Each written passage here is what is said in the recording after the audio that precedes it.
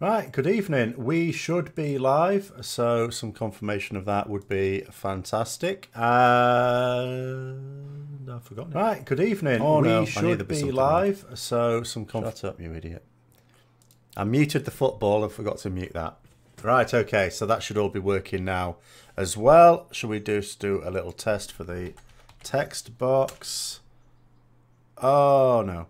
Oh, okay, sort of, maybe.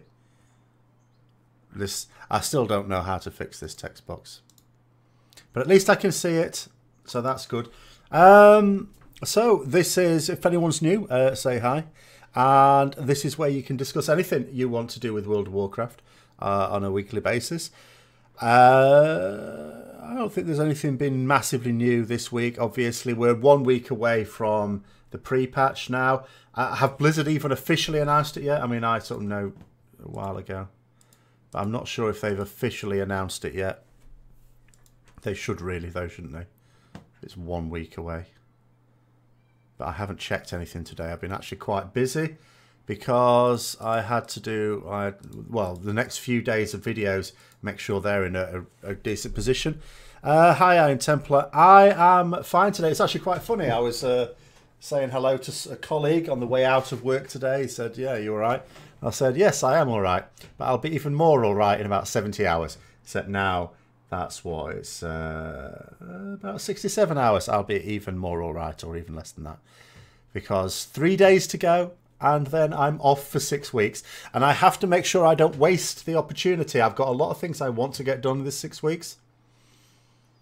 I'm a bit apprehensive about some of them, though. And I'm especially apprehensive depending on how the weather's going to be. I'm actually just going to try and sort out some lighting. The lighting is very funny in summer. Does that help? Just put an LED light on there. Oh, first time. Hiya. Well, so yes, welcome. And again, it's just anything you want to talk about, really. Things that are, particularly attracted my attention, as I say, are, well, with the end of Legion being, to what extent is it a success? And I basically went all around the circles with that video yesterday. I got my first aid done at last. I was panicking. I was really panicking because I'd left it right till the last minute, which was spectacularly foolish. Because unbeknownst to me, the last few points, you can't just make things, even on green. You have to, well, Dark Moon Fair was one. The Dark Moon Fair was on, so I thought, thank God for that. That was one. The rest of it is in World Quests, which are random drops from mobs. And when I looked in my achievements, I noted in the whole of Legion, I've done 3 of them. So thinking, hang on a minute. All right, for the whole of Legion, I haven't been going out to the Broken Shore killing a load of or Broken Isles, I should say, killing mobs all the time, because as soon as I didn't really have to do world quests, I stopped doing them. But that was still months of me having to do world quests, quite a lot of them. A good year must have been, mustn't it? A good year where it was worthwhile doing world quests. So that's a lot of mobs I killed, and I only got 3 of the first aid things. So I was farming it on Sunday, I think. Yeah, it was Sunday. Was it? Yes. And I thought to myself, as I was doing it, I was thinking, what are my chances? Think how many mobs I must have killed. What are my chances? But obviously the chances are pretty good if you farm in the right places, I guess. Because it took me about 50 minutes of just going around killing things. But it was in an area where they respawn almost straight away. And I got it. So I've got my first aid at 800, so I've got that achievement. Not that I'm hugely bothered about achievements, but the fact that I am someone who sort of... Legion is actually the one where I've done the least with professions, just because it was such a pain in the arse. But, I mean, I wasn't opposed to the idea of quests and all the extra bits that came with professions. Actually, at the start of Legion, I thought it was quite a good idea. But the bottom, it was just a pain in the arse in the end. It was just rubbish. So that's gone for BFA at least. They haven't got rid of all the twiddly bits for professions, but they've got rid of that at least. But yeah, I thought for someone who's sort of done professions, you know, and I remember doing, for example, the triage quest line in vanilla for first aid and stuff. I thought it would be nice to complete it. There are still some achievements for first aid I haven't got, but I'm not going to get. One of which, of course, is doing the 10 of those world quests. Well, I thought, well, bloody hell, it took me 50 minutes to farm one. I'm not doing another 6 of them. Evening, Augie. Blizz were throwing content as every 11 weeks. They were indeed. Doing regular Q&As, yep. Well, the Q&As, I mean, again, it ultimately comes down to what are your aims. Like, from their point of view, what are their aims with the Q&As? It's to announce things that they want to announce. They may have other aims as well. I don't wish to, like, presume. But ultimately, so if there's nothing to announce, and there hasn't been a lot to announce, because January there was something to announce. It was basically the Allied races. We thought we were going to get information about BFA. We sort of got a little bit. But basically it was hyping up the pre-orders and the Allied races. Then the next time it was a bit of BFA stuff. But of course by then the alpha's out. And you don't need Blizzard to tell you stuff about BFA because you've got a whole army of people in the beta and alpha doing that. Hi, Demigreek. It has been all right. Thank you very much. Some oblique reference to some content coming we never tried before in a recent interview. What, are they actually going to try playing their game?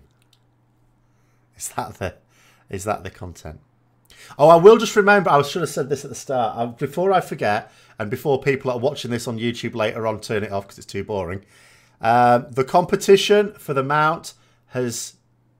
all the clues are out now. So that'll be drawn next week, the winner of that.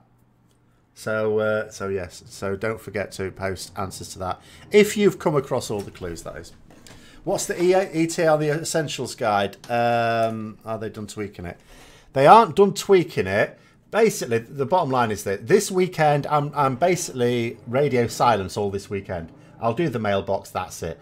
The rest of the weekend is not only watching England win the World Cup, I hope, but I shouldn't say too much too early. I'll be feeling really disappointed tomorrow. But also basically spending all the time on the Ret Guide. Now, which Ret Guide I do, I still don't know. If I can write the guide such that I think I can write it in such a way that I don't commit myself to things that might change and it would last the whole expansion, make it learning lessons from basically what happened in Legion, then I will just bring that out.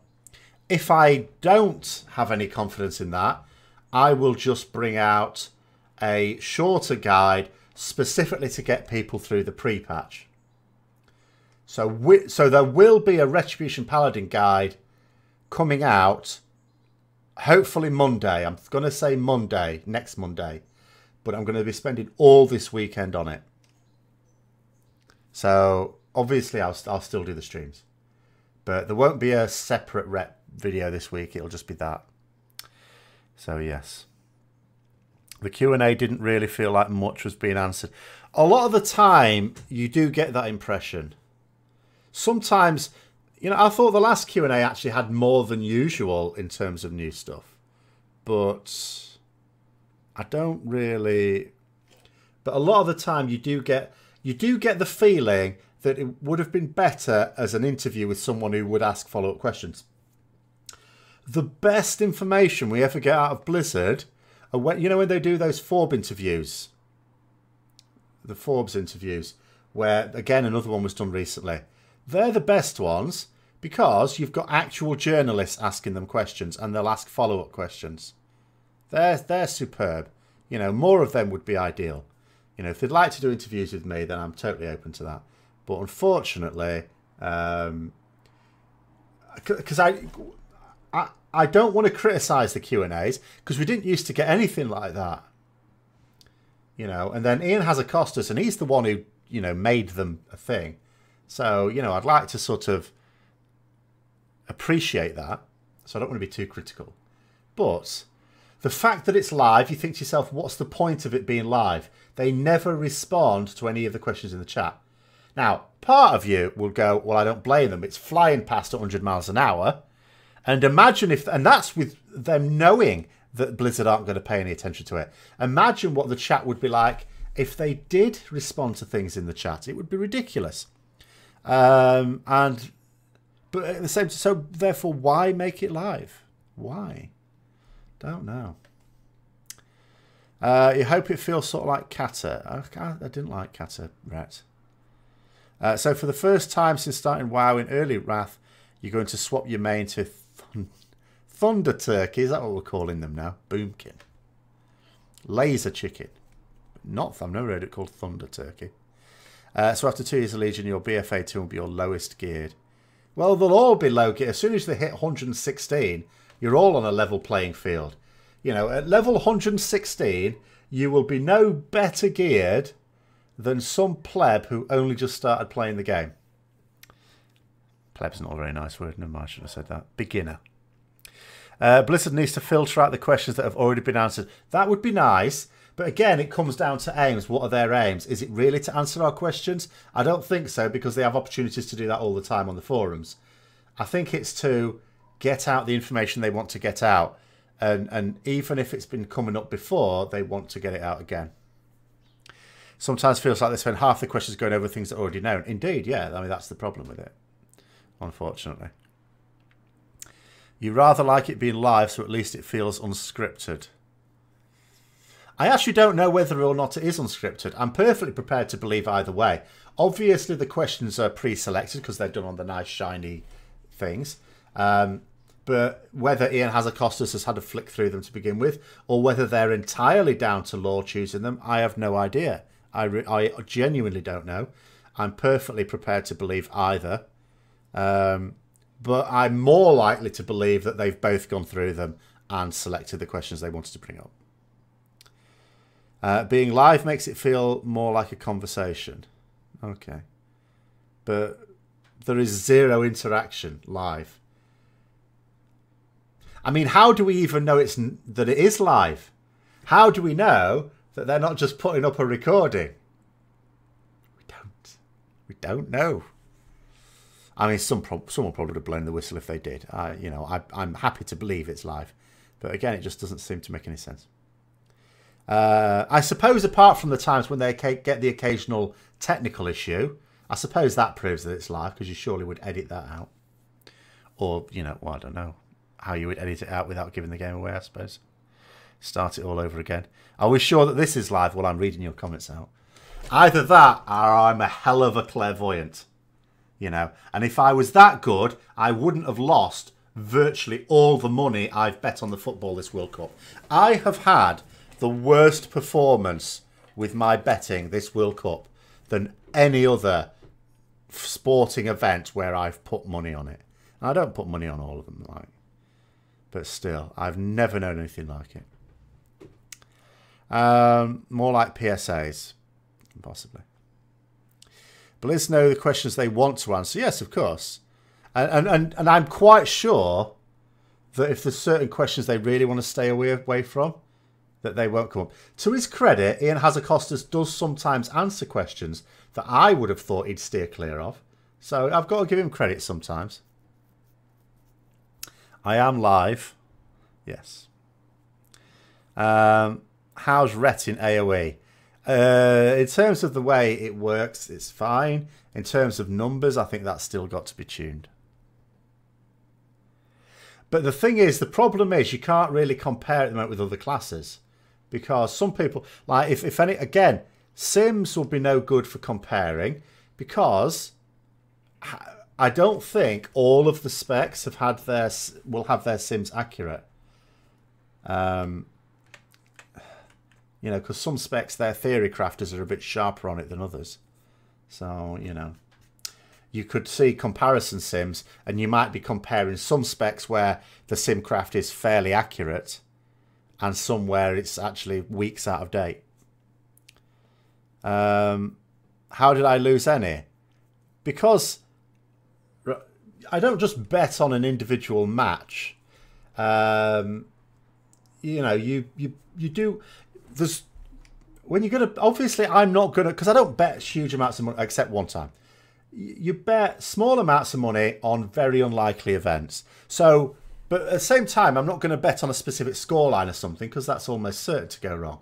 So you bet on a series of likely events on an accumulator.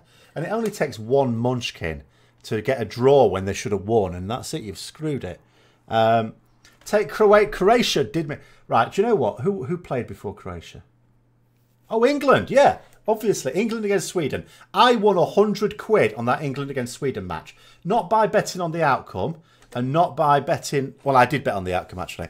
But I bet on England to win. But also that we would get at least 2 corners and 1 goal in each half. And we did. 100 quid.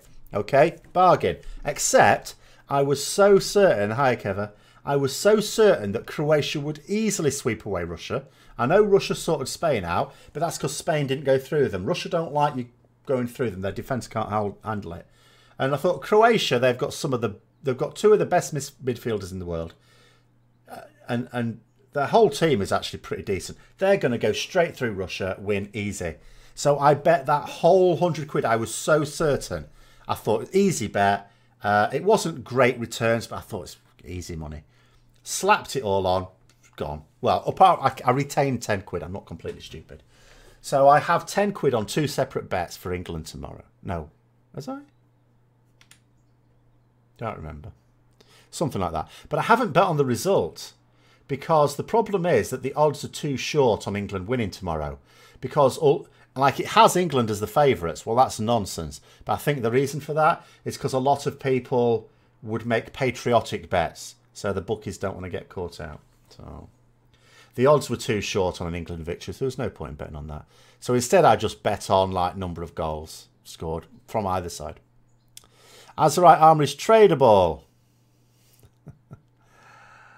Well, for raid Azerite armour, it's tradable. And like dungeons, your Azerite armour from Mythic Plus dungeons is not going to be tradable because you only get it from your cash. So, you know, but yeah, there's no reason why Azerite armour wouldn't be tradable. Apart from the fact that any Azerite armour you get is for your class. Isn't it? So if I get some Azerite, I think that's how it works. Or is it not? Or are the traits just dependent on your spec? Or your class, I should say. I don't know. But anyway, where the majority of people are going to get it from, which is Mythic Plus, that's not tradable because you don't get it in the dungeons. But there's no reason to suppose it wouldn't be tradable. Oh, bloody hell, that was close. Who was that? Was that Belgium nearly scoring? Anyway, yeah, there's no reason why it wouldn't be tradable. And Azerite armour will be more easily tradable because it doesn't Titan Forge. So, you know, as soon as you've got a piece of Azerite armour of that item level for that raid in that slot, anything else you get, you can trade to someone else. So, yeah, you would expect more movement of Azerite pieces, I suppose, as long as it's not class specific, which now that I think about it, I don't think it is. I think it's just armour specialisation specific, isn't it? So, yeah. Who do I hope wins the World Cup out of the remaining contenders? Who do you think? Seriously, what a question. I don't expect it. You know, you dare just even dream of things like this. You dare even dream of it. But instant knighthoods for the captain and the coach if they do, though. Instant. But to be honest, even if we lose tomorrow, you know, the nation will be perfectly happy with how we've done. Compared to the last 15 years, I'm going to say, of embarrassment. Not quite 15, but getting on for it. But yes. Even live interviews by other websites and magazines, the questions are all generic. Well, this is an issue I have. And, you know, like when sometimes some interviews at BlizzCon are actually fairly good, but a lot of the interviews, you're just going, what they've clearly got is they've got this list of questions and they don't adapt them according to what other people have already asked. And also, they don't ask follow-up questions. They're just going through their list of questions to ask, which is stupid. You know, you ask, all right, come up with a list of questions. Ask your questions. Blizzard say the answer. Then you ask a follow-up question on it. to make sure you've explored every aspect. You've squeezed every little bit of information they are prepared to tell you.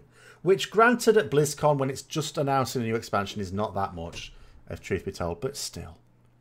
But still. Croatia have an excellent team. I cannot, for the life of me, work out why they were not able to beat Denmark or Russia, let alone both of them. I cannot work it out.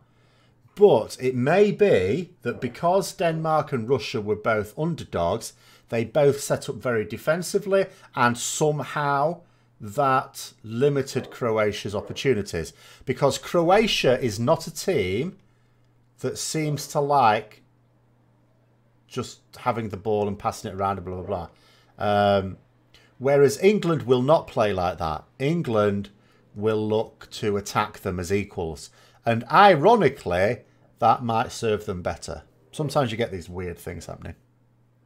But never mind. Never mind. No notification from YouTube. I'm sorry about that. I do... but YouTube is a very funny bunny. It's spectacularly funny. It's always on at the same time, though. It is always on at the same time. But I do sort of schedule it the previous day. Nearly forgot yesterday, actually. What was I doing yesterday? I must have been doing something. Can't remember. Oh, yeah, that was right. I got the new Warhammer stuff, so I was doing the video for that. Except I haven't edited the video yet, but I've got the footage for it. I've got to do that after this. So weird week. It's a weird week at work, and it's a weird week on YouTube. Like every day is a completely different type of video, and every day this week at work is a very different type of day. Like yesterday, they largely left me alone, but I had an endless stream of students coming in with late work. Not all of them even my students. That's the annoying thing. Today we had some school kids visiting, so it's the last schools visiting us before summer, so that's finished. Tomorrow we've got training. That's always fun. We're going to learn how not to throw confidential information in the bin. We're going to spend an hour learning that. What else are we spending? Then what we're doing? Oh yeah, then we're going to spend an hour being told about policies. Great. And then there's some other rubbish. What am I doing on Thursday? Thursday's our well-being day. This is hilarious, right? So we're having this well-being day where people have got... So there's a group of colleagues who are going off to Cleethorpes, going off to the seaside in a big coach. You know, basically you get to choose to do something to do with your well-being. So there's a load of people going off to the seaside. There's a load of people going off litter picking, basically. There's a load of people going off biking. Some are going hiking. I'm going to sit in a room reading a book, because it wasn't my idea even. Someone else said, oh, let's do a reading room. And I said, right, I'll take my Kindling, I'll read the book. But I was thinking to myself, so we've got this well-being day. But the thing is, that's Thursday. Friday is the staff barbecue, which I'll be hiding from. And then we're off for 6 weeks. That's 6 weeks of us looking after our well-being. Why would you have a well-being day a day before you're going to have 6 weeks of well-being? Because there is nothing better for your well-being, let me tell you, than 6 weeks off work. You do whatever you want, within the bounds of the law and decency, of course. You're not into politics. How, if anything, will Brexit affect teaching? Well, I can imagine there'll be even less money. We already don't get enough money. That's how I imagine it affects it. I would imagine it will affect foreign language provision in schools and colleges, because although there are some British teachers who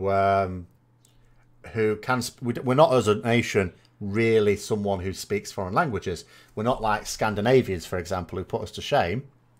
So we rely on not all teachers, but a lot of teachers from France, Germany, Spain, and so on, coming over and teaching our kids how to say which way to the library, please.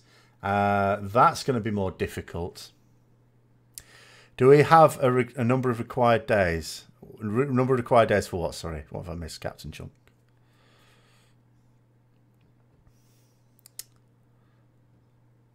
You imagine our funding is better than Oklahoma.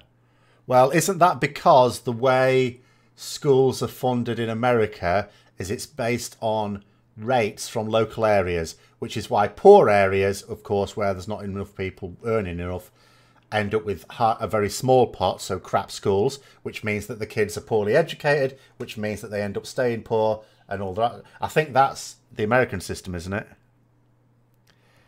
Do I have a number of required days at work? Yes. Oh, yes. Sorry. Well, we don't. Yeah, we have our set schedule. That's why we can't pick and choose our holidays. Our holidays are just whatever is out of term time, which works out at about 13 weeks in the year, which isn't bad going, really. Except we have to spend us. I have still got a lot of work to do over that. It's not actually 6 weeks of me putting my feet up. And I don't just mean because I'll be doing stuff on YouTube and all the rest of it. I actually have work to do as well. Because there was a lot of unexpected stuff to do at the end of this year, which meant a lot of the time I would have spent planning for next year didn't get done. That and your Steam leaders continue to siphon what little money the state allocates in the first place. Yes, okay. Property tax is how schools are funded. Yes, that's what I thought. It was something similar to that. So yeah, there you go. Basically, you want to take the example of Northern European nations in terms of how to fund education. Would I be offended if I remind of Father Brown? I don't know who's Father Brown. I'm not sure who Father Brown is.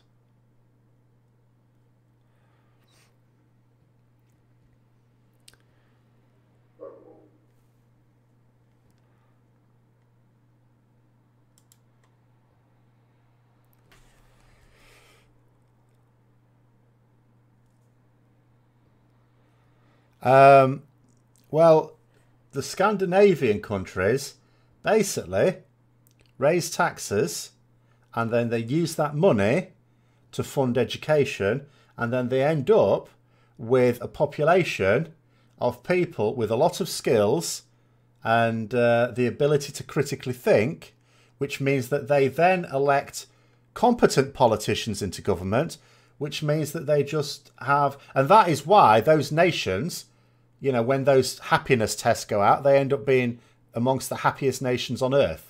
You know, Finland, Norway, Sweden, Denmark, you know, that sort of thing. You know, because although it's technically expensive to live, you know, they get more money as well, and they're better educated, better skilled, better work-life balance, better everything. Apart from some of them like to eat rotten fish for some reason. I'm not quite sure what that's about. Haven't checked online. When can we expect pre-patch? 1 week today or 1 week tomorrow if you're in Europe. I do not understand why Blizzard do not seem to have announced it yet. They should at least give a week's notice. I don't know what they're playing at. Oh, this is a good question. Let's see what the blue response to this is. How smooth will the the BFA launch be?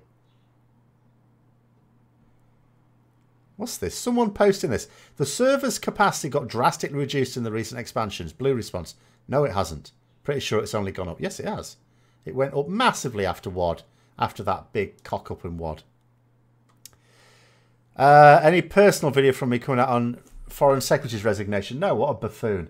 I do keep meaning to do some on various things, though. It's just time. Oh, if I'm honest, I don't know. I need to sort myself out on that. But was Legion a fail expansion? It was for me personally. I think on balance, I don't think you can call it anything other than a success. You know, a lot of people are very positive about Legion. Blizzard certainly seemed to succeed in what few aims were apparent. I think a lot of people have had a positive experience. I don't, but then I'm weird. You know, what I require of World of Warcraft isn't what a lot of other people require from it.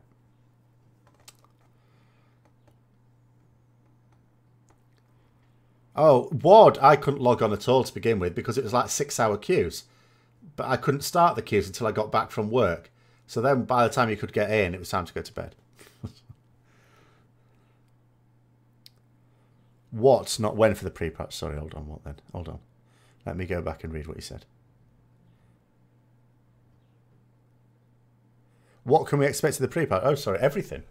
apart from the new content. So war mode's in there, and there's some extra bonuses for using war mode. The new talents, the new abilities, the scenarios, but they won't all come out at once. They're going to stagger them. So there's the Burning of Teldrassil, the Battle for Lordaeron scenarios. First aid gone. The profession system will change as well. So you'll notice your profession's been split up by expansion. Artifact weapon traits will be gone. The Netherlight Crucible will be dead. So that means no more item. So your weapon item level, I think, will go down a bit. Because, you know, because some of that item level is from the Netherlight Crucible, which is gone.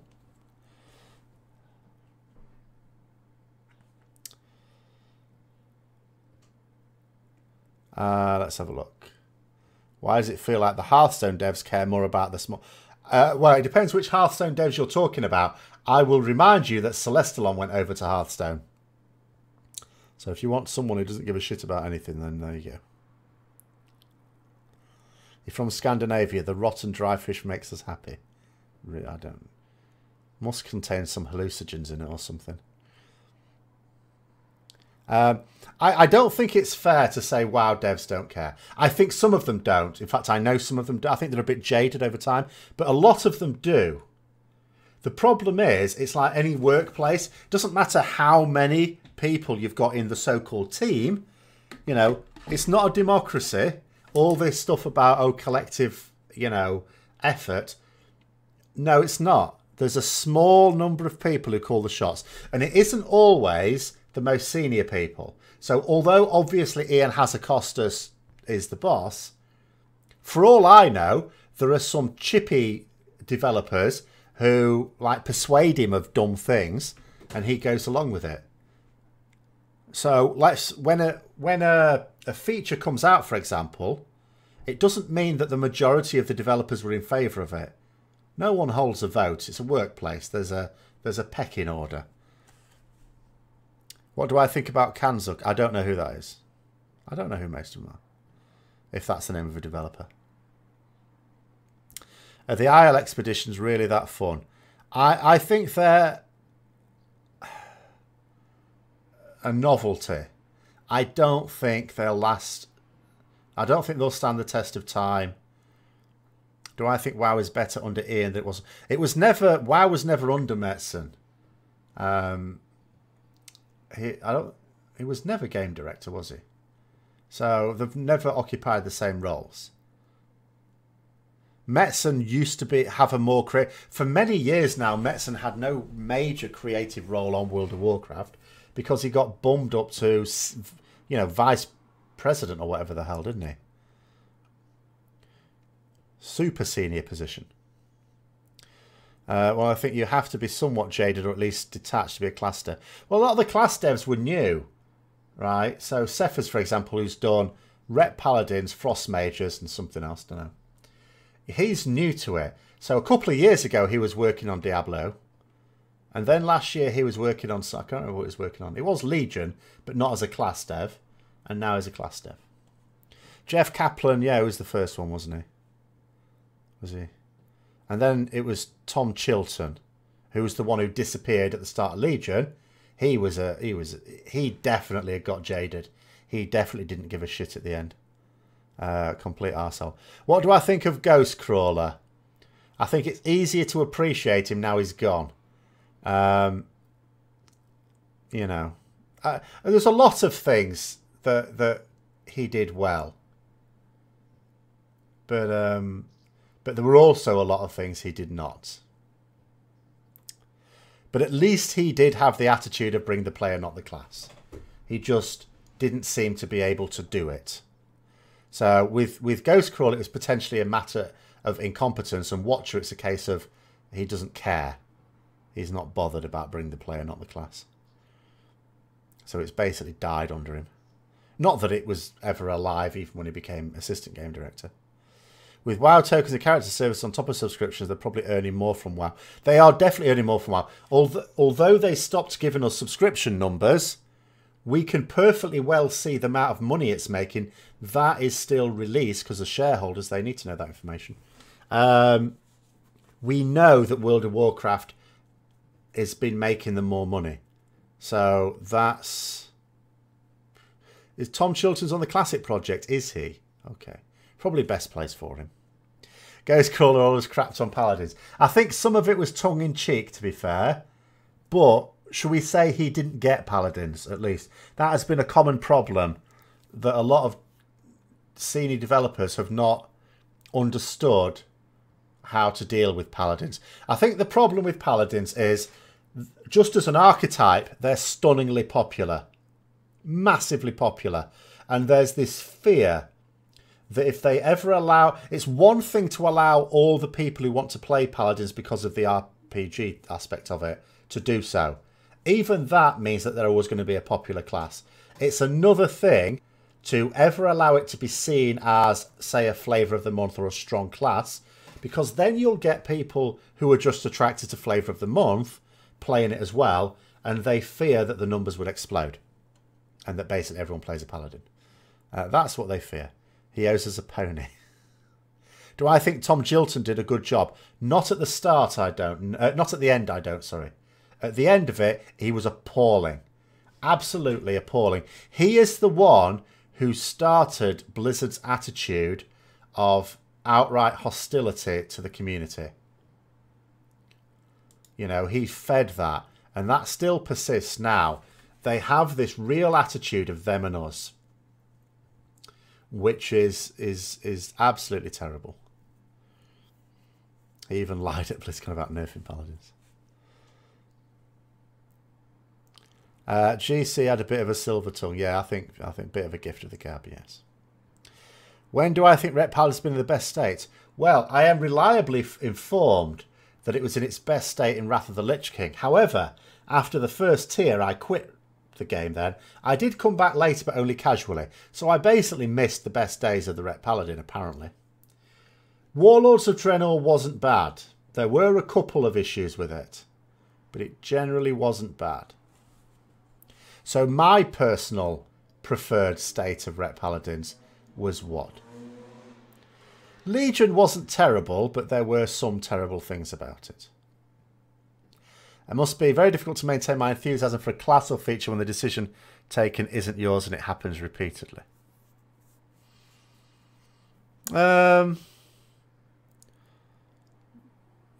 Possibly. I mean, but the bottom line is, you can't control everything in life.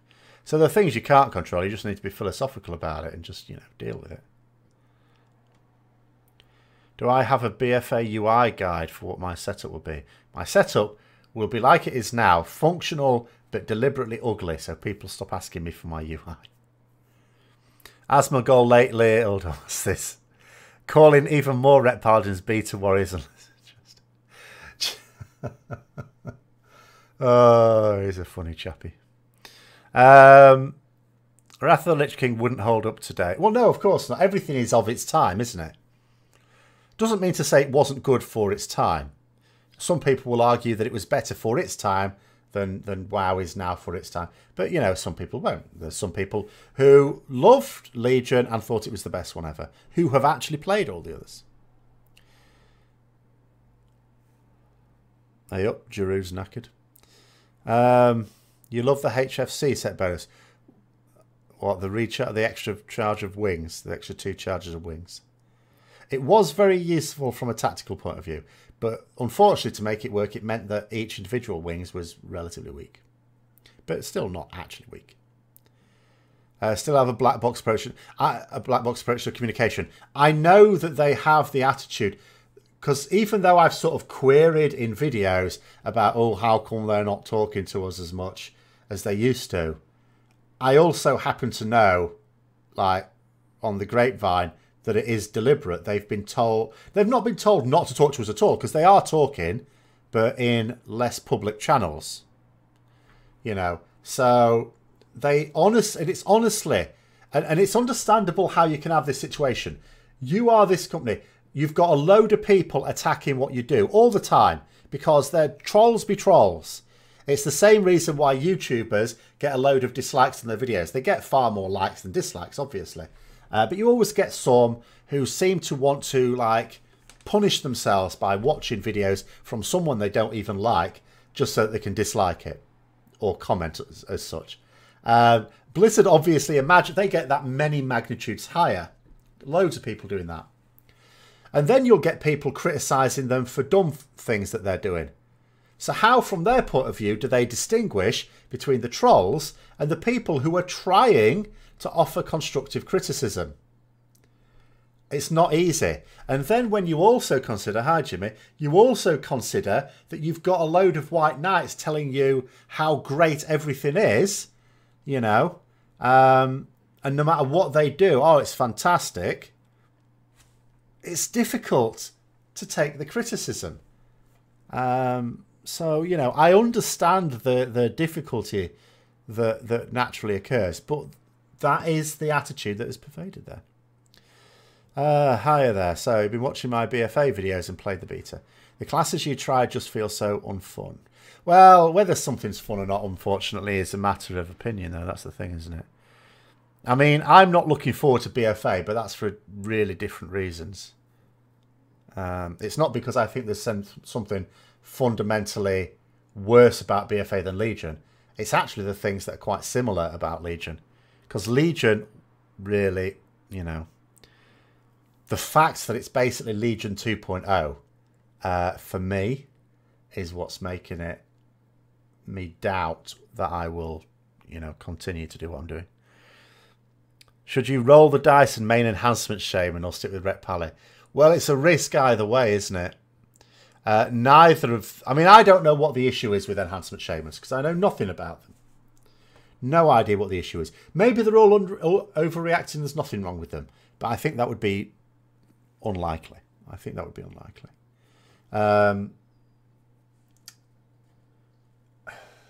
So I don't know. I mean, I suppose if you went with enhancement shamans and they suddenly came good after 8.1 and all of a sudden you're one of the very few geared enhancement shamans, all of a sudden, wow, you know. But equally, that may not happen.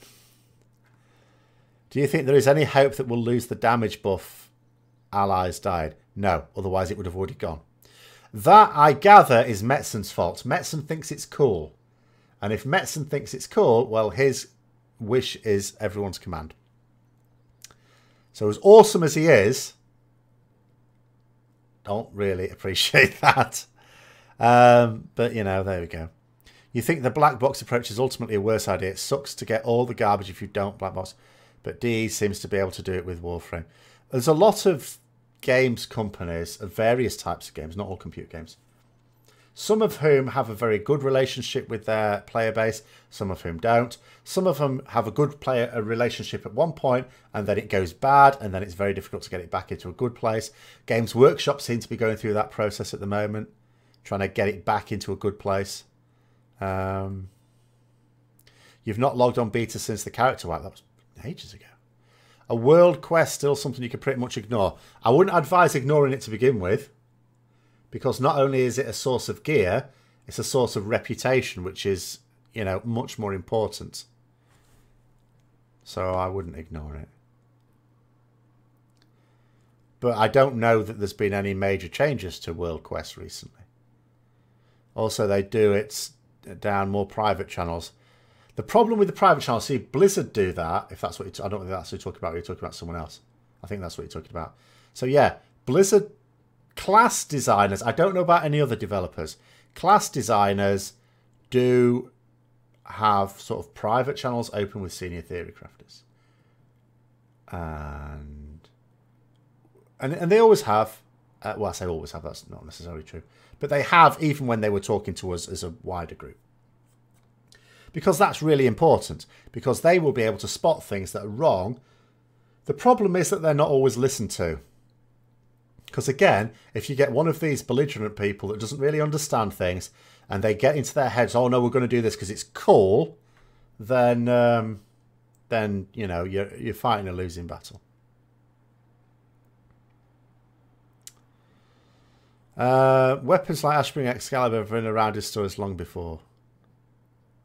Oh, okay. I think I missed something there. The problem is that there are some classes which will revise, rework after BFA goes live. That is bad planning. I think it is. I agree with it. But I think ultimately where the problem comes from, and I already said it, haven't I? It's this issue of wanting, just for the sake of it, to make class changes every expansion. Whereas if instead they just revise classes, you know, obviously if you're going to check, you want to make classes work well and be fun and interesting. Beyond that, just make sure that if you're going to change the dynamic of some aspect of the game with a new expansion, maybe you just look at the classes and go, okay, do we need to tweak some things? That's it. The idea of completely redesigning classes every expansion. And they keep saying things like, oh, it's only going to be minor tweaks this time around. It's never what I would call minor tweaks, ever. Sometimes it's more fundamental than other times, but it's never been, as far as I can tell, minor tweaks. The problem is that there are some classes which will revise after BF go live. It'll be way before the first couple of weeks. Like Blizzard have already said this. They're not going to be making significant changes to any classes until 8.1. So the state of classes as they are now, you might get very minor tweaks, but you won't get anything fundamental. However it is now, tuning aside, is how it's going to be for the first lump of BFA. There's no prospect of any changes, significant changes before 8.1. They've said that themselves. And it's sort of what they did with Legion. But they didn't seem to cock it up quite so much in Legion. But I think that's probably because in Legion they knew they were doing major redesigns, whereas in BFA they fooled themselves into thinking it wouldn't need much. Blizzard used to push back release dates if the product wasn't ready. Yes, I remember those days. Yeah, that was something for which they were noted, Blizzard. You know, it was like, when's it coming out? Oh, we'll plan on bringing it out such and such a time. All right, okay. And then it's getting to that point, right, we're putting it back now. Why? Because it's not ready. When's it coming out? When it's ready. You know, that was their attitude. And it meant that stuff came out when it was ready. Now, yes, I agree. It's a bit different.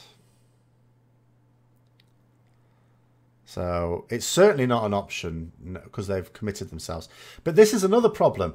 For all the way through World of Warcraft, with every expansion, they announced the release date, like the final release date, 2 months ahead. They always gave 2 months notice. For Legion, they gave 4 months notice. For BFA, they gave 4 months notice. They're now giving more notice than they used to. So they're committing themselves earlier. And they shouldn't. But they are.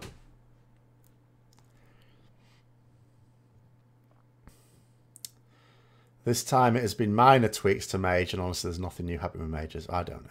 I mean, I know that there's significant... It depends on your definition of Mage, doesn't it? I would say significant changes to res. Do I think the Azeroth raid gear should have an extra row? I don't think Azeroth gear raids should have an extra row. I think it should have unique traits on it that you can only get in a raid. I don't even mind if the dungeons also have unique traits that you can only get in dungeons that are matched to them. So the dungeon traits particularly suitable for dungeons, raid traits particularly suitable for raids. But I just think they should be unique. That's all. Can they afford to do it when it's ready in the modern gaming world? Things have changed. Potentially the industry as well has changed. It might well be part of that as well. I don't know. Couldn't really have a view on that. You would like Vashrian to be teleported to the middle of the black hole so he stops sending you empty mail shots telling me he sent me some lost currency. Yeah, I never know what those are about. Or was it half-time then? No one scored. Oh, dear. I hope we're not going to be headed for more penalties. How long before Mythic Dungeons and First Raid? I don't know. If it's like in Legion, it will work like this. You'll get 1 week where there's basically nothing. Well, there's normal dungeons and... Hold on, let me get this right. 2 weeks, sorry, where it's normal and heroic dungeons, I think is how it worked. Was it? Or did you get Mythic Dungeons the second week? It might have been Mythic Dungeons. I think it was normal in heroic dungeons week 1. Second week, Mythic Dungeons came in, but just Mythic plus naught.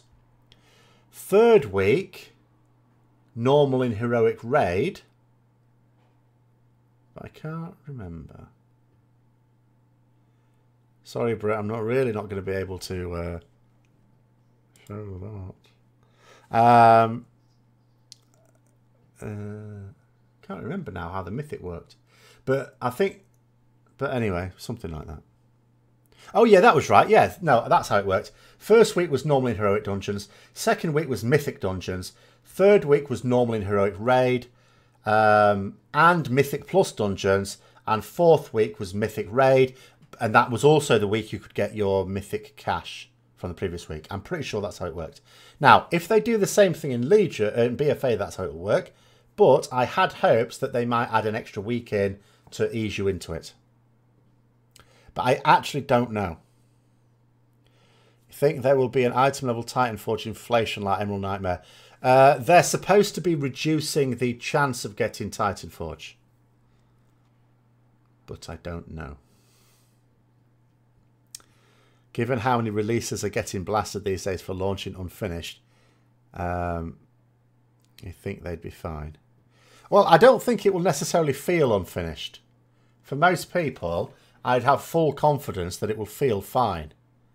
It's only really the classes that are going to be a problem. And for most people, they won't even notice. Because for the majority of people's needs, classes were fine, 4 months ago, apart from tuning, and tuning, is tuning. Why can't they get rid of LFR? Because LFR suits a certain section of the player base. There's no reason to get rid of LFR. The query I have is, why do we have normal and heroic? Why do we have both of those? I agree we don't need 4 levels of raiding. For me, it's the normal and heroic that I'm not saying doesn't suit anyone, but if I don't see that it suits people enough to warrant that. But LFR, there are people who do LFR and don't do other types of raiding. Therefore, it's a content servicing some people. Now, you can argue whether or not it's a good thing for the game, for MMOs, all the rest of it, but it's there for some people who will only use that. So therefore, there's no way Blizzard are getting rid of it. How can you test a global expansion launch on beta? Basically, you give a shitload of people the beta a week before it launches, and then you have an event which encourages everyone to log on at the same time. That is traditionally how they do it. LFR is for people who had trouble with simple mechanics, or for people who just don't want to or don't feel they have the time to waste or to get into pugs. But it is certainly true that mechanics is not a thing really in LFR in any serious sense.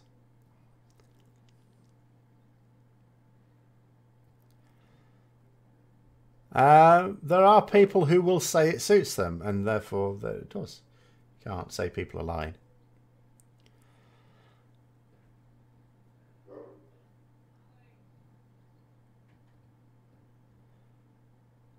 Yeah, but Worm, we don't know these things. It's just guesswork. You only go to LFR for transmog farming. I only go to LFR when either I'm desperately bored on an alt, or when I want to get my mission completed, and it's the quickest way to do it.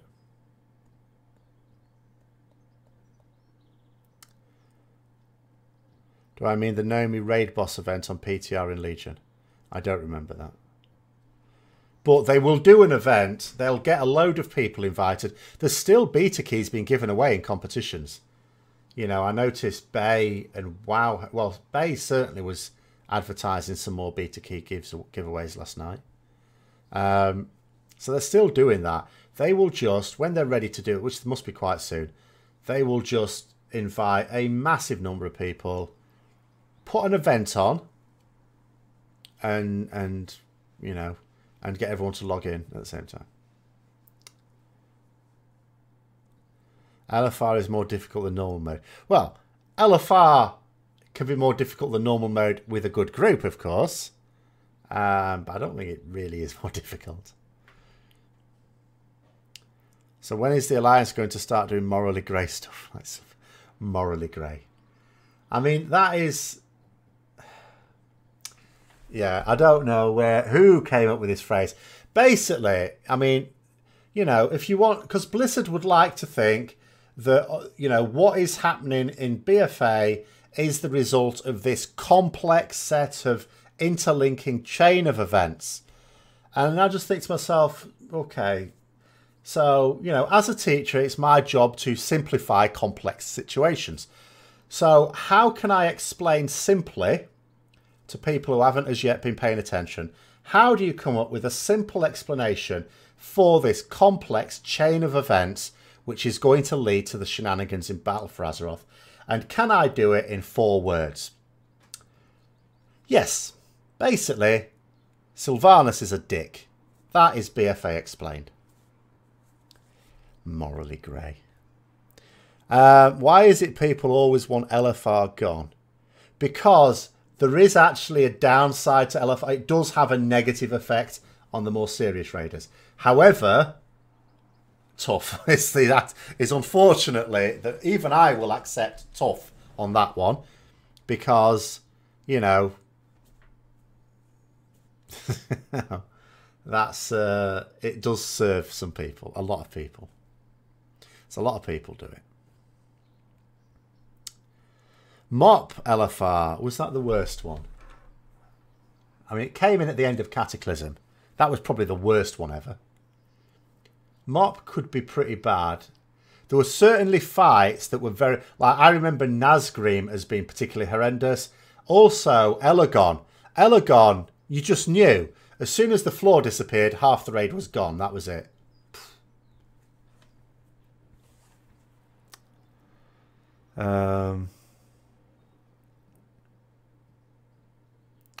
There is no hard, it's a computer game, you press buttons. Well, you can say that about anything in life. Sylvanas is Garrosh 2.0? I don't think so. I don't... They really can't just repeat Garrosh. They can't do Garrosh 2.0. That would be... Even for them, that would be very uninspired. I don't think people would stand for it. I personally... People defend normal as well, though, so what do I know? But I personally don't see the benefit in normal. You know, I would just have heroic. LFR, heroic and mythic. But, you know, there you go. They've done what they've done, and there are people who defend all the different combinations. So,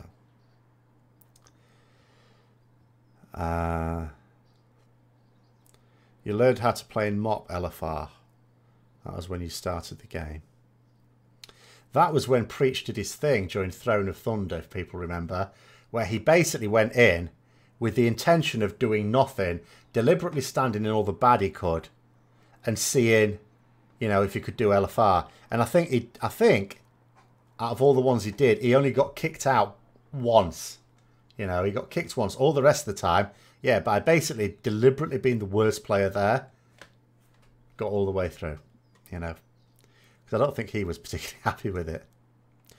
It does teach bad habits if you are ever intending to go higher up, yes. However, if LFR is round about the level you're going to stay, then it doesn't really matter, I suppose, about many of those bad habits. I think any bad habits that are antisocial, such as going AFK or not even trying, those, or just being toxic, those sort of bad habits, obviously, you know, no, they shouldn't be acceptable.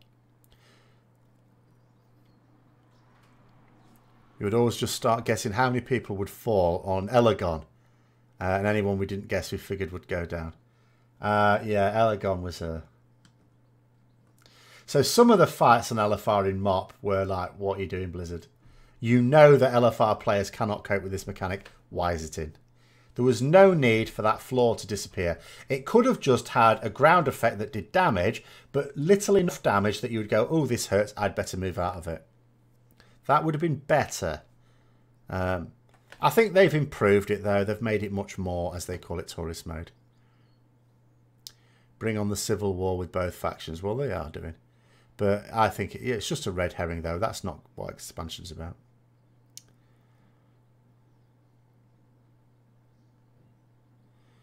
What's this? The overriding LFR is Valiant to enable all players to chance to experience the endgame bosses of the expansion. Well, is it? I think it was just because people asked for it, really, is ultimately why it's in. That's just the reason given. They're raiding for any one model. Should be similar to UBRS. Well, UBRS, of course, was generally your first experience of raiding, absolutely. They should reward loot in LFR based on performance and RNG, but how do you do that? How do you base it on performance? You can't base it on throughput, because what if someone's doing mechanics and they don't have the best gear? So doing mechanics and having crap gear means that they'd come very low on there. And people that are in that situation need the best gear. The only thing you do when AFK is testing your healers. In my experiences, if the healers have been tested, it is because one or two of their number signed up as a healer and then went DPS. And somehow justify by coming top of the damage. Which does nothing of the kind if people are dying because they're not healing them. Don't like that behaviour at all. That should be fit. If I was Blizzard, I would lock their spec in. If you sign up as a healer, then when you get into LFR or anything you've queued for, your spec should automatically be switched to that role, and you know, and you're not allowed to change it out of that role. So if you sign up as a healer and you're a priest, you can switch between, say, holy and discipline, but you're not allowed to be shadow. That would sort them out. They'd still do DPS and not do any bloody healing, but at least it would discourage them a little bit. They certainly wouldn't be finishing top of the meters. The reason I don't like LFI is it causes some people to think they've really experienced the content. It does, but that's personal to them. That doesn't affect you, right? I mean, there are some ways in which LFR does affect higher up raiders in a negative way, but people's perceptions don't. Because you'll never know what those perceptions are anyway unless you ask for them. LFR player still couldn't get across the bridge in Antorus. What? What? Bridge? What? To Kingaroth? Don't remember that. Or do you mean the bridge to Varimathras? Oh, okay. Alright, I don't have enough experience of LFI and Antorus to actually know what the usual things to fail on are. Sometimes a tank leaves and it's nice that someone can change into a tank. You don't have to wait. That is true. That is true. I suppose. But then what you can do, if a tank spot opens up, you can have the option to voluntarily switch to that tank role, in which case your spec will automatically switch. So they could put that system in place. Problem solved. Take the current normal mode raiding difficulty and split it into 2 or 3 wings that you can queue for. Makes it more bites. They already do that. They do it in 4 wings, don't they? Oh, normal mode raiding, sorry. No, because queues are for LFR. All you do is make LFR plus if you make normal queuable. No. Any form of raiding where you have to use tactics should be for guilds. I don't like the concept of pugs. Like, if I were Blizzard, I understand why they did it, but I wish they hadn't have put more tools in to help people pug. Now, I know the tools existed outside a game anyway, so I'm just talking shit. But, you know, guild, I prefer it if people were encouraged to join guilds. The community system may encourage the benefits of that, because it doesn't have to be a guild as such, but people with some common purpose would be ideal. Because the number of people that complain about, I mean, I complain about pugs, but I don't have to do them. The number of people who get their raiding through pugs and then complain about pugs, and I'm just thinking, join a bloody guild, okay? Like for me, for example, let's say I decide that, because I'm on the edge, or quite frankly, I'm on the edge, I decide that mythic raiding isn't worth it anymore. My next plan would be to find a guild that does heroic raiding well, and I don't mean a guild that's going to take 2 months to progress, or quite frankly even 2 weeks. They're going to do heroic because they're good players, they just don't want to do mythic. and does Mythic Plus Dungeons. I would find a guild that does that. I would still, even if I wanted to just do heroic raids, not pug it. I would find a guild that would suit me. And I would keep looking until I found one. Just because I'd be doing a much lower level of content would not stop me wanting to do it in a guild. Hang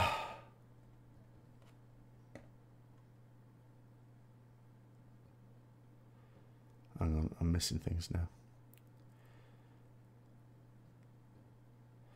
You do that. A lot of you very quick to switch back to hit if you notice other healers are struggling. But you can't notice, you can't switch back to it, you know, in the middle of a fight. You're condemning people to wipe.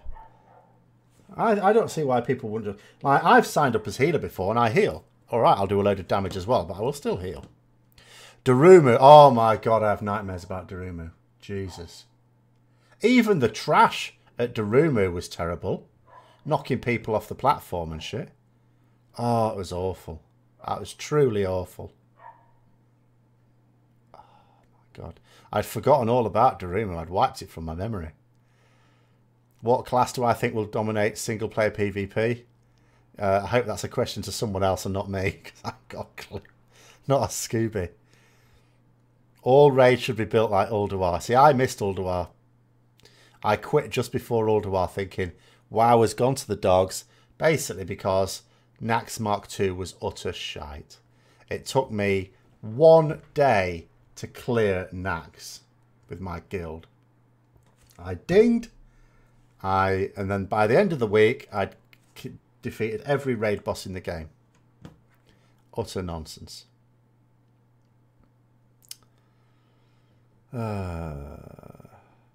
Will guilds even exist for content other than Mythic raiding? They do now, and there's nothing to say they won't again. Wherever you've got people who have a particular way of playing the game in common, there is a benefit in grouping together in a guild. You know, it's just there's not enough people see the benefits of guilds, and it would solve so many people's problems. You boosted a monk since you wanted to try it after getting cutting edge on your main pally. It's a total disaster in LFR.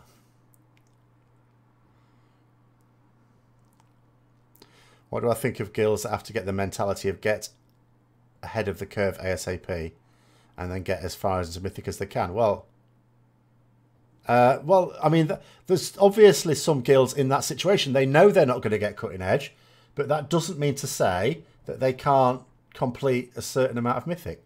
That's totally fine.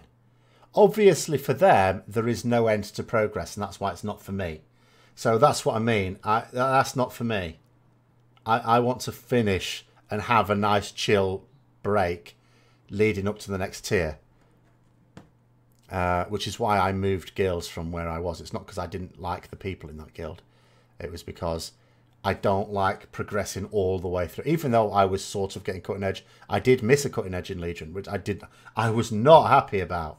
Not at all happy about. Furious, in fact. Not with other people, but, you know, furious with the situation that allowed it to happen. So, you know, I mean, the important thing is that people are in guilds where they all have common purpose, where they all want roughly the same things within reason. You never knew what was going on in that fight in Darumu. No, neither did quite a lot of people in my guild when we were doing it on heroic mode. That's why it took so long. You would like to see a tool similar to the one in Final Fantasy. I've never really got into Final Fantasy, so I don't know anything about the actual tools as such. Where you could flag yourself as wanting to raid X content on Y class, then people look you up and decide to invite or not. Yes, that sounds like a good idea. Having bios as well in, not as in going to the toilet, but, you know, of your character that people can look up and see achievements and stuff like that in game. You know, or the key achievements, not necessarily the rundown of the thing. Yeah, those sort of things would be ideal. It was indeed cutting edge that I missed. The guild did it once, but that was parents' evening. In fact, I was getting very, very angry, quite frankly. on the day before because I knew they would kill it the next day if they didn't kill it that night. And I knew I had parents' evening. And that was it. And that's what happened. So I was very unhappy. Do I think heroic should be harder than it is? I'm all right with heroic as it is. I think it's fine. Because if you find heroic easy, you can do some mythic if that's what you want to do, if you want to push yourself. Anyone who can find heroic easy can do at least some mythic. And probably quite a lot of it. There's a giant jump in difficulty from heroic to mythic. There is a giant jump, but it staggers as well. There isn't necessarily a massive jump from heroic to, say, the first 1 or 2 bosses. And then from there, you just have to keep moving up.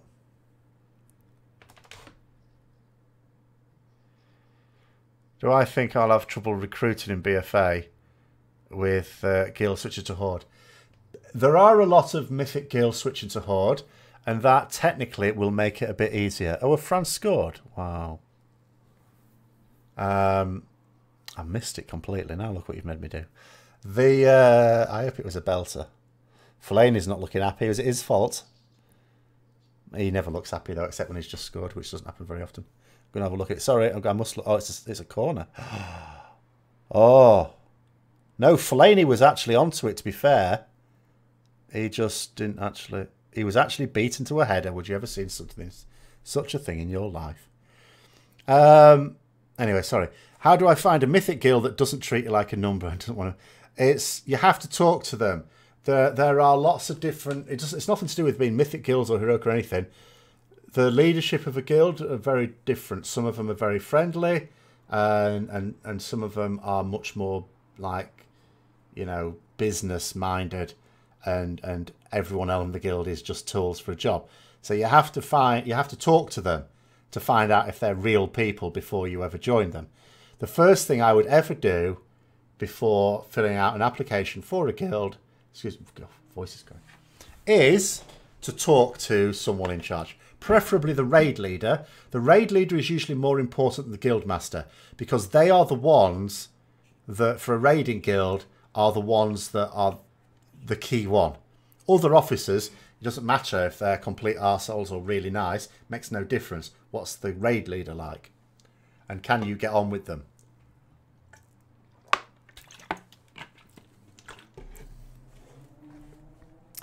How do you find a myth? Oh, sorry, I just read that one. So, yeah. And don't make friends so they feel less guilty about benching you. They shouldn't feel guilty about benching anyone, though. They can be friendly and still make sensible decisions about who they should bench. And sometimes they'll get it wrong. You know, sometimes you'll have to accept that they'll bench you and you'll think to yourself, actually, you know, I'd be ideal on this fight. You're out of your head. But, you know, there you go. That's just how it is. And if you're not satisfied, then obviously you just go join another guild. And no hard feelings necessarily. Because at the end of the day, you go to a guild to raid. And if you're not getting enough, obviously everyone has to be benched. Well, not everyone. But you have to accept that there might be a bench every now and then. But if you're getting too much of the bench, then you say to yourself, well, I'm here to raid and I'm not raiding, so I'll go somewhere else. What do I think loot systems will be like with personal loot only? Messy.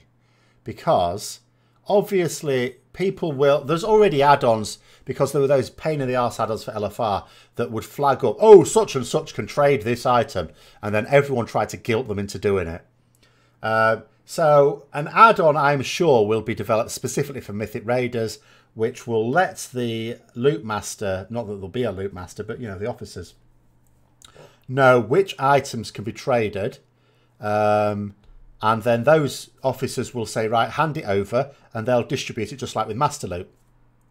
The problem is that it will be messy because, you know, just because of how it is. The time investment in Mythic is much more. It's far more. I mean, I can give you an example. This is at the upper end of it. Excuse me. Ugh. So let's take both of the last 2 tiers, in fact, and I've done them in 2 different guilds. They both took approximately 20 weeks, I think, to do Mythic. Approximately 20 weeks. But both those guilds were able to do Heroic in like a day. Or a day and a bit if they were doing split raids, a couple of days. So the same guilds that can do Heroic, not even in a week, but just one day, can take 20 weeks to do Mythic. Now, of course, there are also guilds who can do Heroic in one day and will take maybe 10 weeks to do Mythic. So, you know, there's a variety in there. But what I mean is the same sort of guilds that take the full tier to do Mythic and only just scrape a cutting edge, that doesn't mean they struggled on Heroic. They did not. If you could get cutting edge at all, you did not struggle on Heroic. So there is a massive, massive extra investment. And that is what has caused, for example, Asmongold to say, granted, he didn't say he's leaving Mythic Raiding for good. He's just saying that, well, for the time being, he doesn't see it as worth it. I've got to be honest, and I'm questioning it. I'm questioning it. Not so much for the time spent Mythic Raiding in my case, even though that is considerable. It's more the time spent doing non-raiding stuff so that you can raid. Could you not loot the boss and let the loot come to you by mail without anyone noticing? Possibly, but at some point someone's bound to notice something.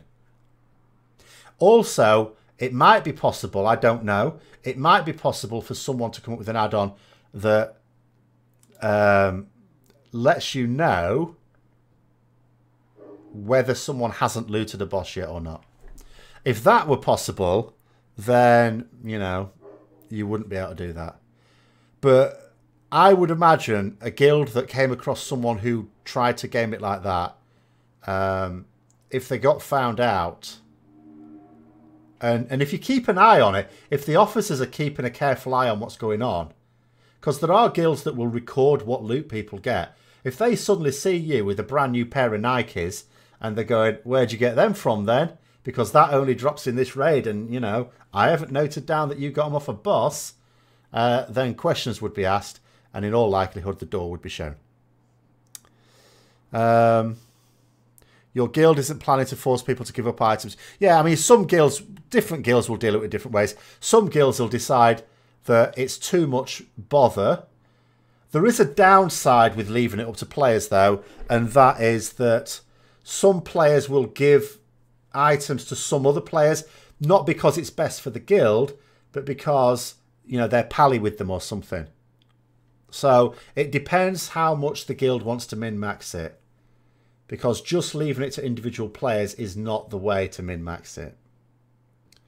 Like I say, officers might make a bad decision on who to give the loot to, but at least it's not going to be based on who you pally with, unless, of course, the officers are into cliques. But, you know, don't join a guild like that.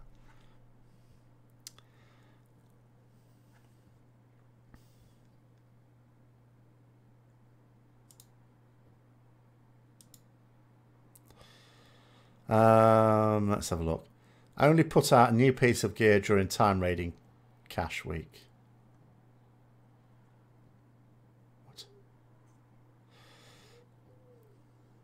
When you get the loot, it is recording the guild tab. Is it even from mail? Then if that's the case, then you have no chance of getting away from it. But I don't think you would anyway. As long as the officers are a bit alert, you wouldn't get away with it anyway. Oh, you got it from a box. Oh, I see what you mean, Corrux. Yeah. You got it from a box. No, because the box would definitely... I mean, you know, as Avtor's just said there, if it shows up even from mail, then you're not going to get away with it. But even if it didn't, the box loot definitely shows up. So if you open a box and you suddenly get 3 pieces of loot, they're going to smell a rat. And they can't say the mythic cache, because that doesn't give you raid loot, that gives you dungeon loot. It just happens to be mythic raid quality if you've done it at a high enough level. So yeah, if it all shows in the guild news feed, then, you know, you're not getting away with it. Hi there, PV. Oh no, what's happened? Oh crap, I lost the football game there. Still 1-0, sorry. So yeah, so there's no way of gaming it like that. It is messy. It's hugely messy, and I really don't know why Blizzard are doing it. It's not popular. If it were going to be a popular change, like, you could get rid of it for everything else, and you know, if they want to get rid of normal and heroic and stuff to get rid of the split raiding, then okay. But if Mythic Raiders want to do it, Mythic Raiders would use personal loot as it is. I mean, there's quite a lot of Mythic guilds now, including the one I'm in, that still does master loot, even though it's end of days. You know, we're 1 week, we've got one more week of being able to use master loot, and then it's gone forever. I would have given up weeks ago. I'd have just said, you know what, we might as well just turn it to personal loot and get used to it. But no. So, ringing it out for all it's worth.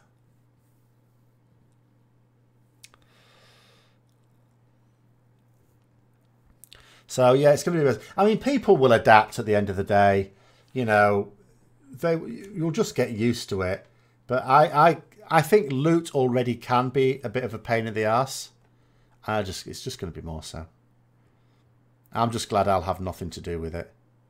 You only lose master loot currently for mount drops, and even that is now going forced personal.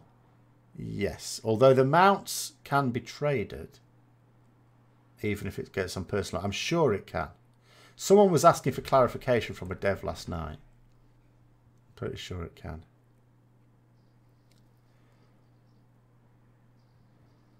Well, I'm not sure. The problem is they kept giving different reasons for it. Now, whether they see it as giving different benefits for it rather than different reasons, I don't know. Did they ever give a real reason why it's abolished? No. I don't believe that any of the reasons they gave were the real reason.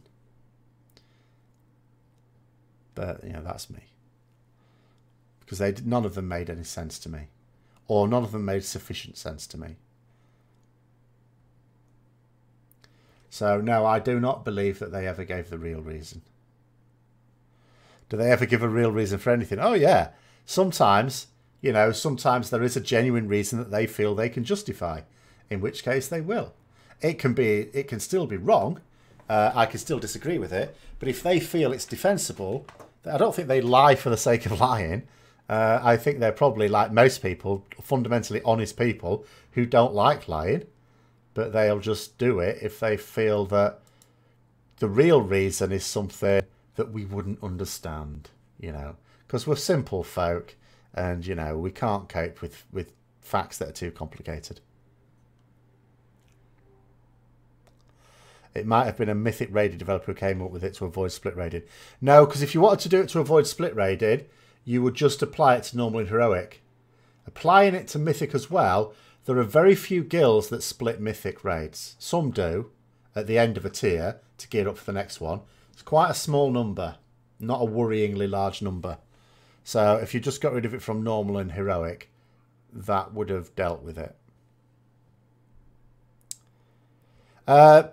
Well, I think, Rook, there'll be fewer guilds split raiding now.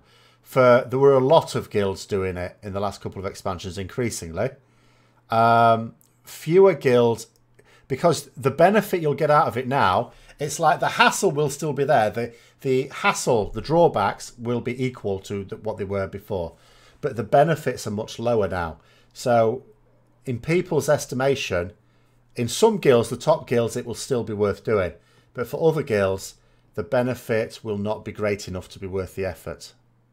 Hi, Jay. I'm not going to speed level. I have no need to speed level. I never really speed level anyway, even when I have to fit around work, because you level up quickly enough. But I'm off work. I have 2 weeks off. Well, I have 6 weeks off. But when it comes out, I will still have another 2 weeks off work. I have no need to rush at all. I will absolutely not rush.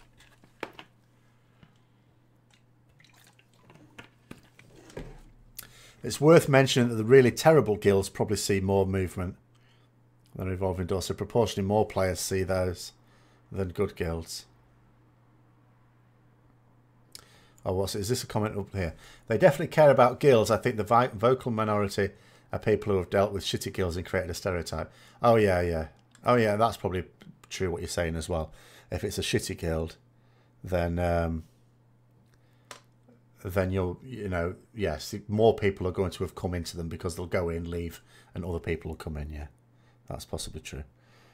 Fellaini missed. What a chump.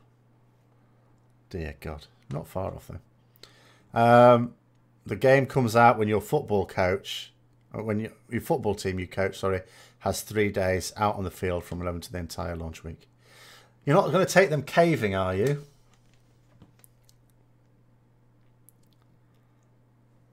But unfortunately, that's just the way it is. It's sad when you have multiple hobbies that sort of occasionally impact on one another. You know, like I've got to raid tomorrow when England are playing. So I won't even be able to pay as much attention to that game as I am to this one. And I'm not paying very much attention to this one. Sad times. So if I was going to quit Mythic raiding, sometime in the next 20 hours would be preferable. I don't think. Release is 4 PM where you are. Decide if you want to take the whole day off or take a half. No, you take the following day off. Oh, is that what you're talking about? Hang on. Or take a half day release day and the day off the next day. Yeah, take the day off the next day.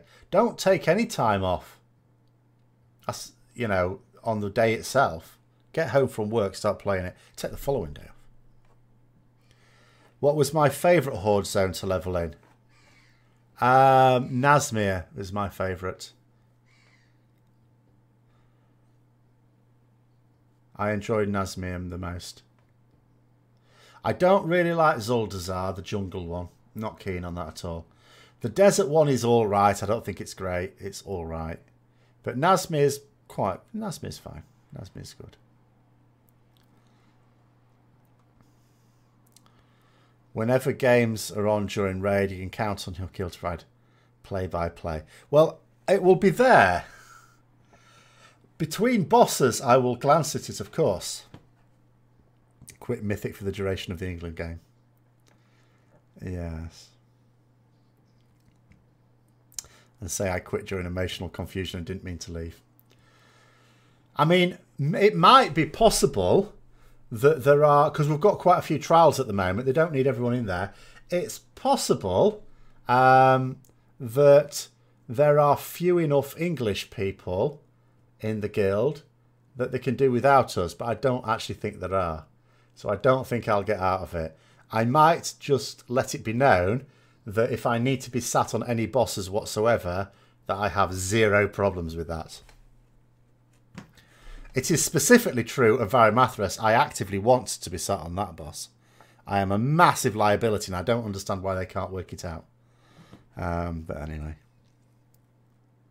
Not because of my class, just because I lag like hell on that fight for some reason. And it is not a fight where you want to lag. You will wipe people every time if you're lagging on that fight.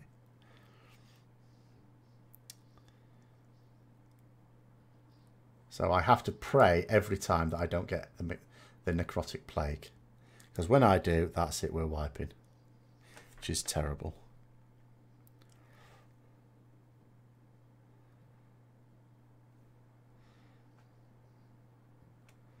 Yes, Varimathras Mythic especially is not forgiving of anything.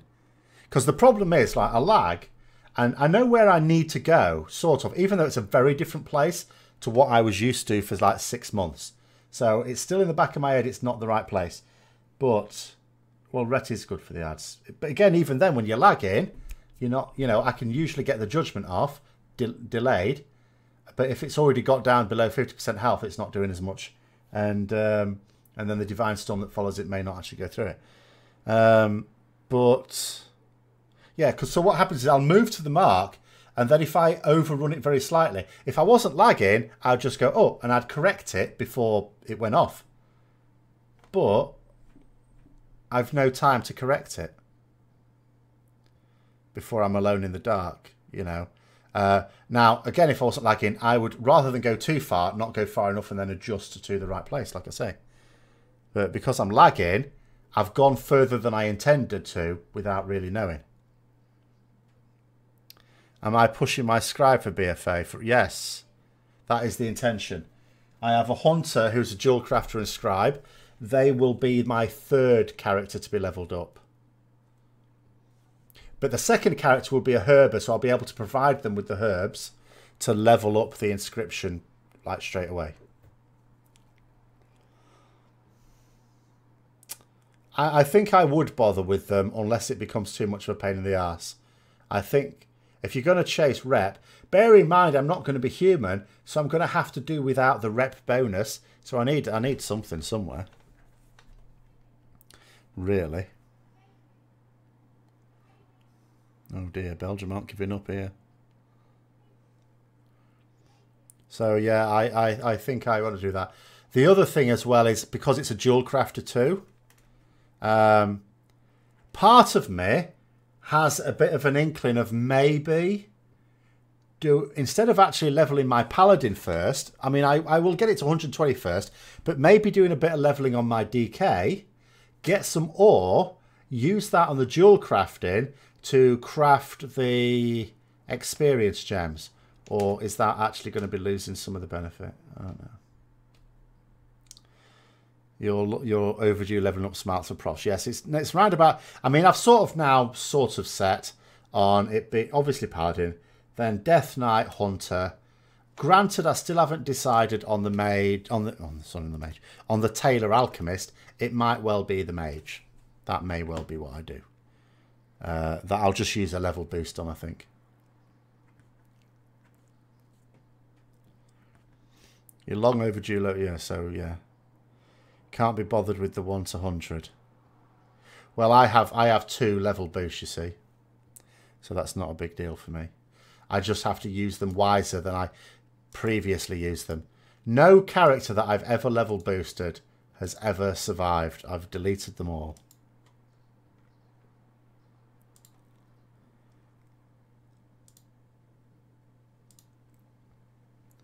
I've lost my thing. Oh, there it is. Oh no, I've lost the football game again now. Blimey. So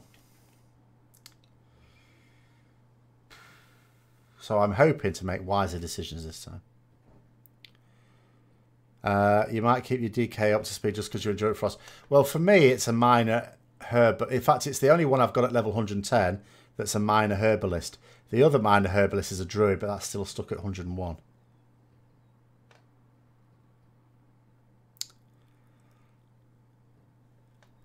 Hang on a minute. Is what a real thing, sorry. Oh, deleting the old boosted characters, yeah. Well, the problem is at the end of WoD, I didn't really need the boost. If I was honest, I didn't need the boost because I already had so many things at level 100. And the reason I used them is because just like now, I changed from Alliance to Horde to join a guild. So I thought, well, I'll get myself an extra couple of Horde outs, you know, rather than pay to transfer my Alliance ones. But then I ended up transferring back to an Alliance guild. Didn't need to do that. So they were surplus to requirements and I deleted them. You didn't really miss the flying in BFA beta. You're looking forward to be grounded for 12 months. I don't think we're going to be grounded for 12 months. I don't think people would wear that. I think 6 months, 6 to 8 months is more the norm. You can only wear one of the experience gems, I believe. I think they're unique. I don't think you can load up on them. You can have one.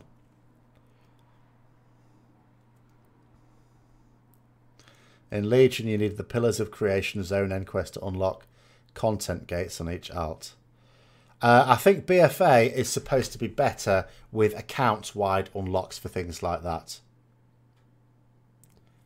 I believe. They do regret, they did say they got it wrong by having all that do everything on each individual character thing at the start of Legion. And they did rein that in and they did say that that was a mistake to happen. So I don't think that's the case. Is Fellaini getting a bit dangerous now? Oh, no, it wasn't Fellaini. I'm casting aspersions. You mained Rhett in Legion. You're having trouble sticking with Rhett. Love everything except the fact you missed DP and Crusade. Well, you can't have DP and Crusade in BFA. You can have one or the other. Still, they're both there.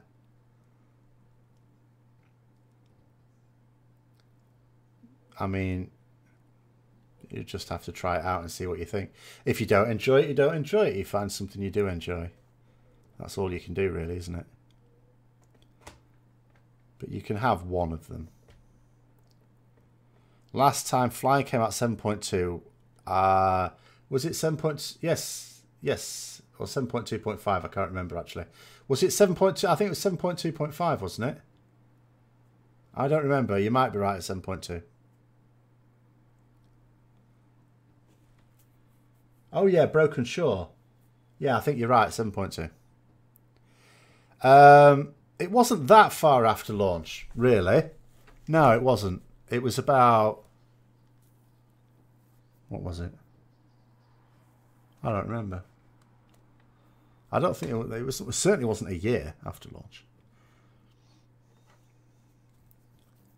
A year after launch, we were getting ready for Antorus. I think it was 6 to 8. 44 weeks. Was it? Wasn't that much, surely. Didn't seem as long as that. That'd be about 10 months then, wouldn't it? That's quite a lot. That's longer than I thought it was. Feels good when you open Crusade with 4 Divine Purpose procs in a row. And then immediately wipe. Yes, that feels great.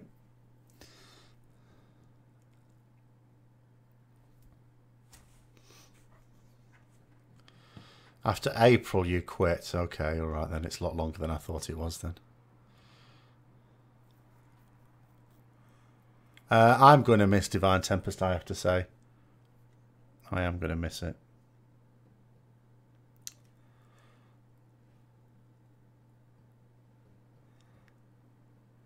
But I suppose there was no realistic way of retaining it. I suppose you can't rule out the fact that we might get it as an Azerite trait. But at the same time, I don't think there's been any great calls for it either. If there were a lot of people on the forums saying how much they like it, I think there would be a chance of at some point it appearing on an Azerite trait.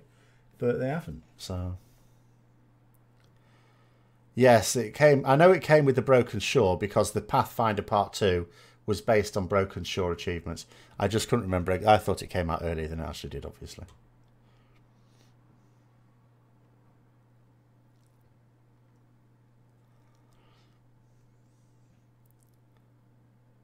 You don't think they want Melee getting Cone AoE abilities? Well, we have a Cone AoE ability. It's called Wake of Ashes. So, you know, if they're wanting to avoid that, then... you know, they shouldn't have given us Wake of Ashes back. So I don't think there was any realistic way they could take it off us properly. They had to at least have it as a talent. What's Fellaini trying to grab there? Gordon Bennett. So... I'm sure there's others that get it as well, aren't there? Let me think. I mean, Divine Storm wasn't a cone ability anyway. It was sort of, you know, it didn't fan out. It went in a straight line. It was all very parallel, though. Quite linear is what I really meant to say.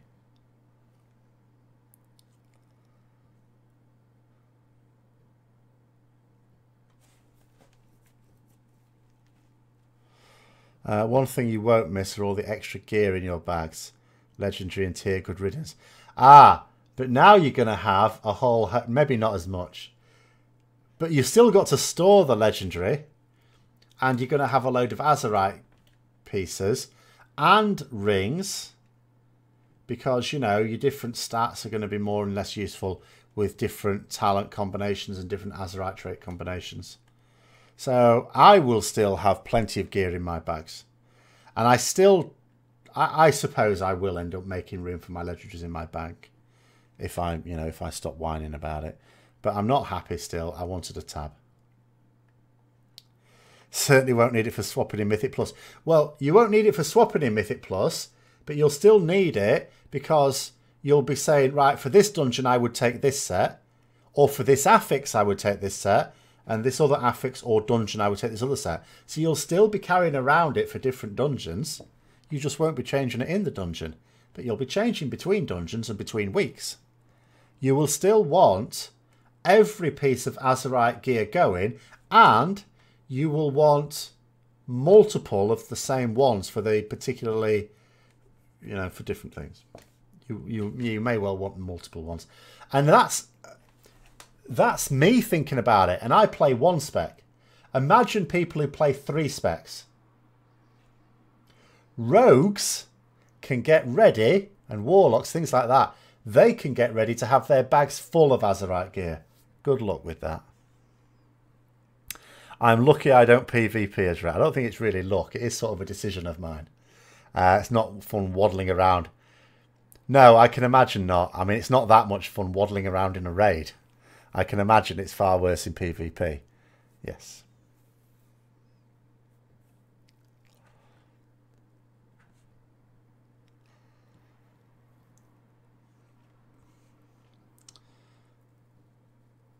But no, PvP is certainly not something I'll be looking to extricate myself from PvP entirely in BFA.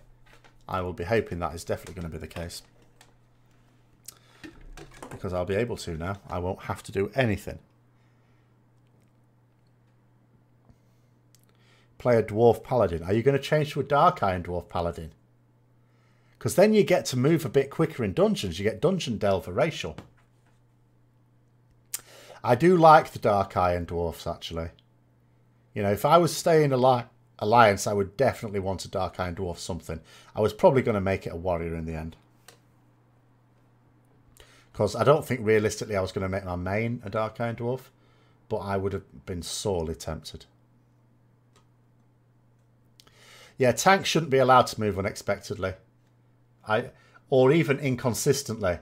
Even when they do on a raid fight, move sort of when and, you know how you think. The fact when they don't do it exactly how they did it the previous turn, that annoys me. I like consistency with my tanks.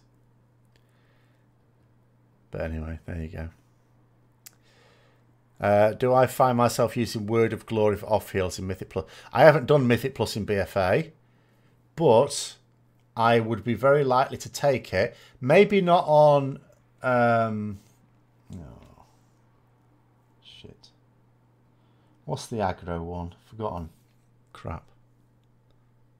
What's the affix called? With... what the hell?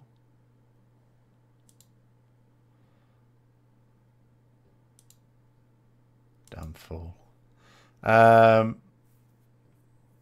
Oh my god, do I have to actually ban this person?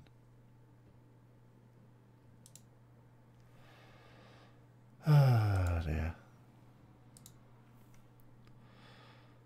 No, not Grievous. Where you keep getting aggro. Oh, for God's sake.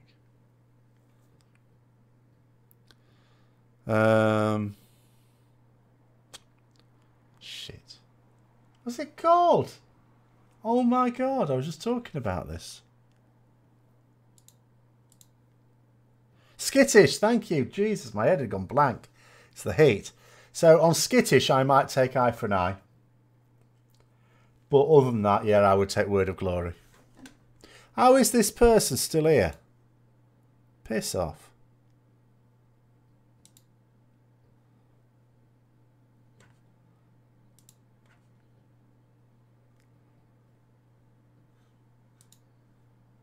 That's no good. I need to ban them. Completely ban them.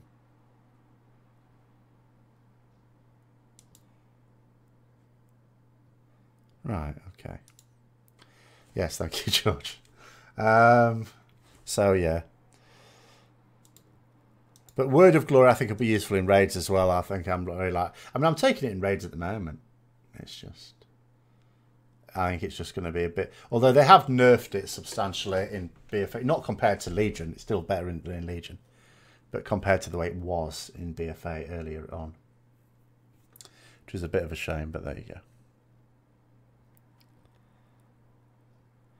How am I going to gear up early expansion? By doing everything I can, ultimately. Everything.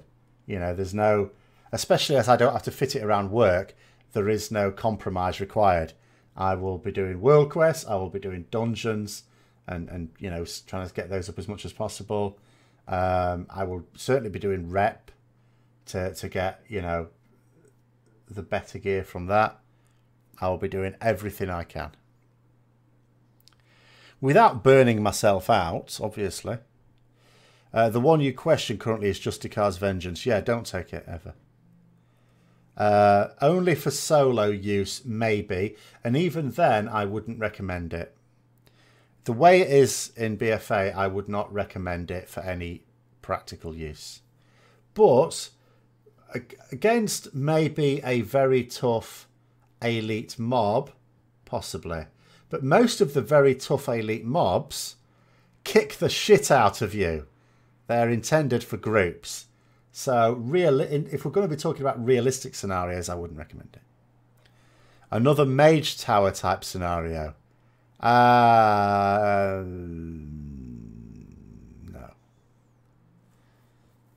There are still better things than that.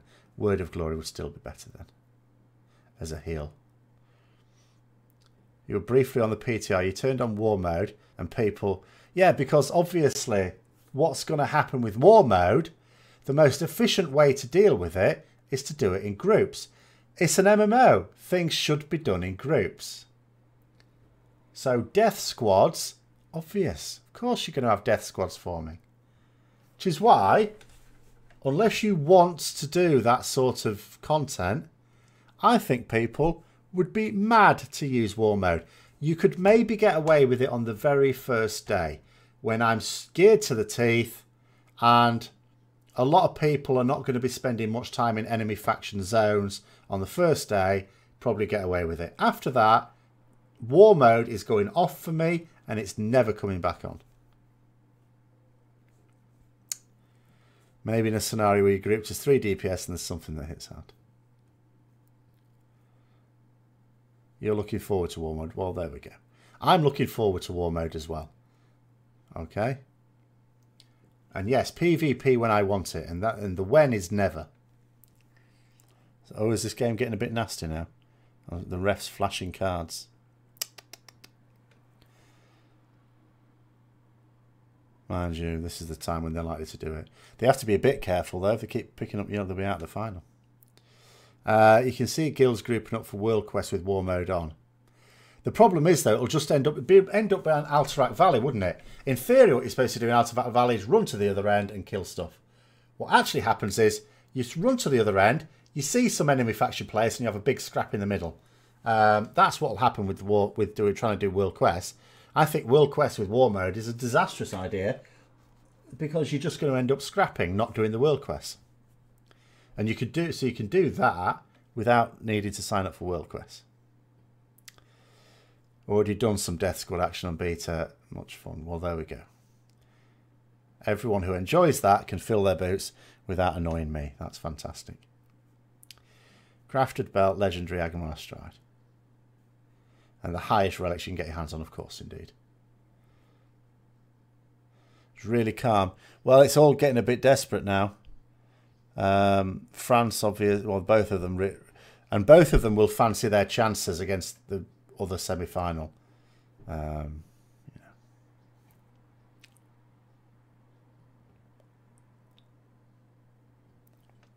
So you love chaotic fights like that. Yeah, see, I'm not. I just don't. It's not that I don't like PvP. I just don't like PvP in WoW. I just don't think it's done well. I've enjoyed it a lot in other games. I love it in Elder Scrolls Online. I've loved it in Warhammer Online when that was at. I actually was in a guild and I did PvP, you know, several times a week as an organised group. It was great. It was fantastic. So when it's done well, I quite like it. Did I hear about the airdrops to the War Mode players? I didn't hear about the specifics, no. I did hear that they're putting in specific, like, encouragements, incentives, basically, for War Mode. I didn't actually know what the specifics were. Well, it is looking bad for Belgium. I think France were a better side on paper beforehand. And, you know, surely when you're in this position, a disciplined side, and France are that, should be able to hold on to that lead. So I think that's, you know. So with Azerite mining, does that mean mining will be a secondary profession? No. The Azerite mining is just something that everyone can do. It's not really Azerite mining. It's just world quests that involve clicking on a thing. So mining is still as mining is now. It's just a normal profession.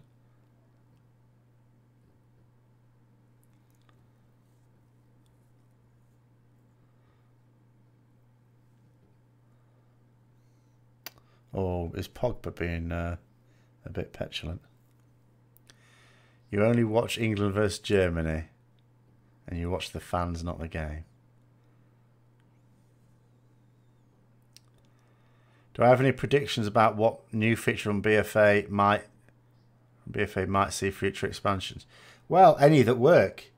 Any features that do what Blizzard want them to do and don't seem to attract a lot of criticism will make it through to the following expansion. Why would you get rid of a system that works?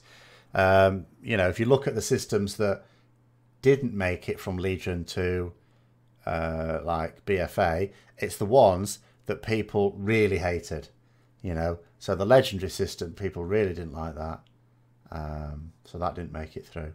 Obviously, tier had to fall by the wayside, but that's just to accommodate Azerite artifact traits. So sometimes I suppose you might have a system that is just incompatible with a new system you want to bring in which case it'll disappear. But I just think it's hard to imagine. Well, yeah, when you see 6 extra minutes added onto a half, you know, it's almost certainly either a very serious injury or some bad-natured play. There was quite a lot of stoppage, I think, in this half just because of some shit kicking off. Now, we're talking about football. You know, the game where the ball is moved around the field with your foot. That's why it's called football. As opposed to chucking it around, which, if anything, would be called handball if it weren't for the fact someone had already invented handball. So you're allowed to call it American football or Australians rules football, depending on which version you're talking about.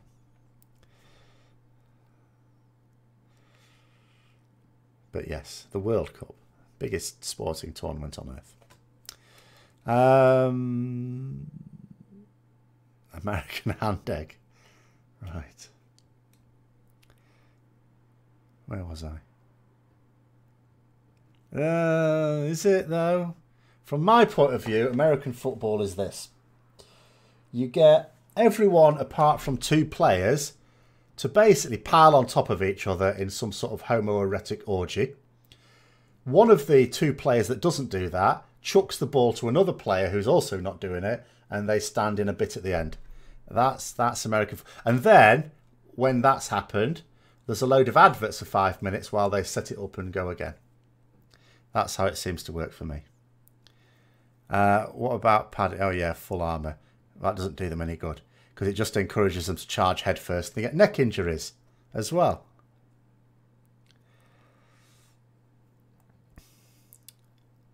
Basically, American football is like rugby, only within rugby, if you want to get the ball to the other end, which you do, you have to go through all the other players. There's no chucking it over them. You can try and kick it over them, but that's very unpredictable. It's not homoerotic, really. A load of sweaty gentlemen crawling around each other. They're either... or they're just playing a giant game of Twister. It's one or the other. Maybe there's a Twister mat underneath all that lot. I couldn't say. I've never got that close. No, padding won't stop concussions. And I'd say the problem is, as I understand it from American football, with all the armour, it makes you feel a bit more... protected than you really are, so it encourages you to take greater risks, which, you know, in the end, I mean, I worry in football about all the heading of the ball because that's been known to cause problems later on as well. If you do a lot of heading of the ball, I mean, that, you know, that knocks your brain about a bit.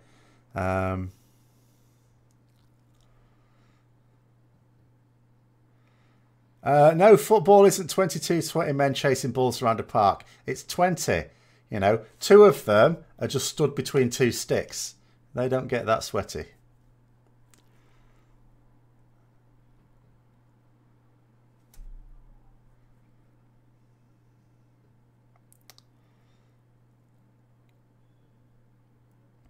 Have I ever seen Turkish wrestling? Yes, I have. Yes, I have. Yes. Oh, you're supporting Croatia, are you? That's very nice. There's me, who supports Scotland whenever they're not playing England. Or Wales. Unfortunately, I have to support Wales above Scotland, but there's reasons for that. Why do people keep forgetting about MMA and UFC with head injuries? Well, I don't think they forget. I think it's just more expected, isn't it? In any combat sport, like especially where it's proper full-on, boxing included, it's understood, although lamentable, that serious injuries will ensue. So, yes.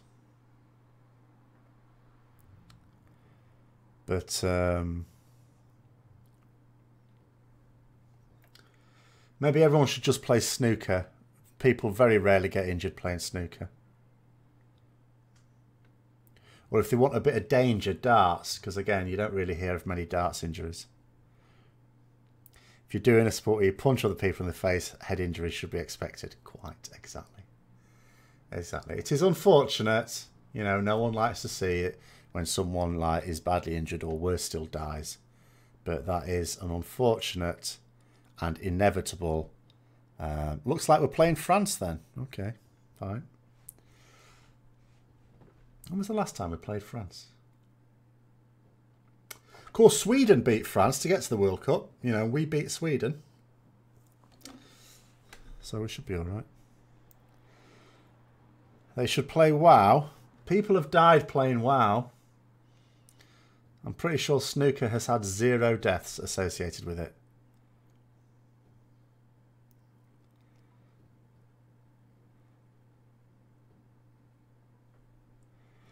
You're not allowed to beat your opponent with the stick. That's not how it works. Tiddlywinks, well, I don't know. You could get it in your eye, couldn't you? Could be quite nasty, a rogue tiddlywink.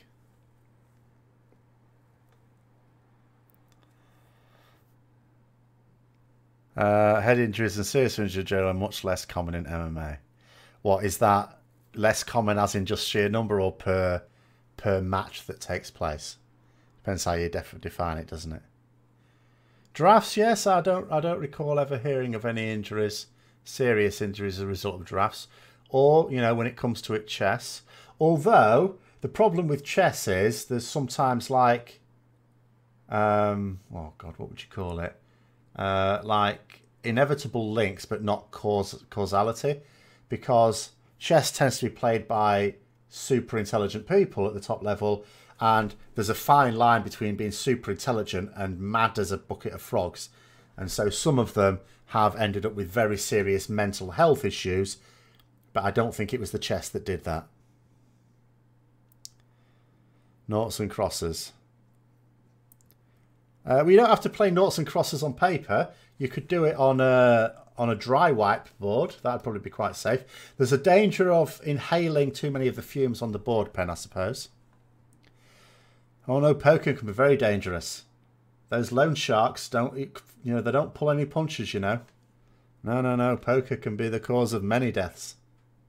How mad is a bucket of frogs? Very mad. You know, insane.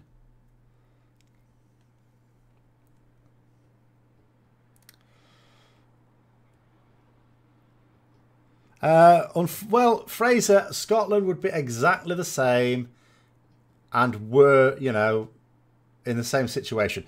If, instead of us being brainless, and I don't know what the reason for this ever was, if we, instead of having an England, Wales, Scotland and Northern Ireland team, if we just had a bloody United Kingdom team, the whole country would be in the same state.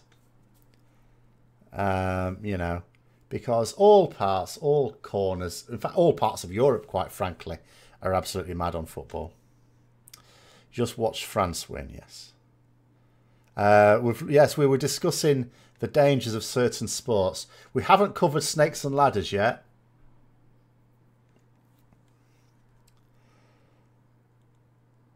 You read some articles saying that pulling for England was racist. Pulling? Pulling what?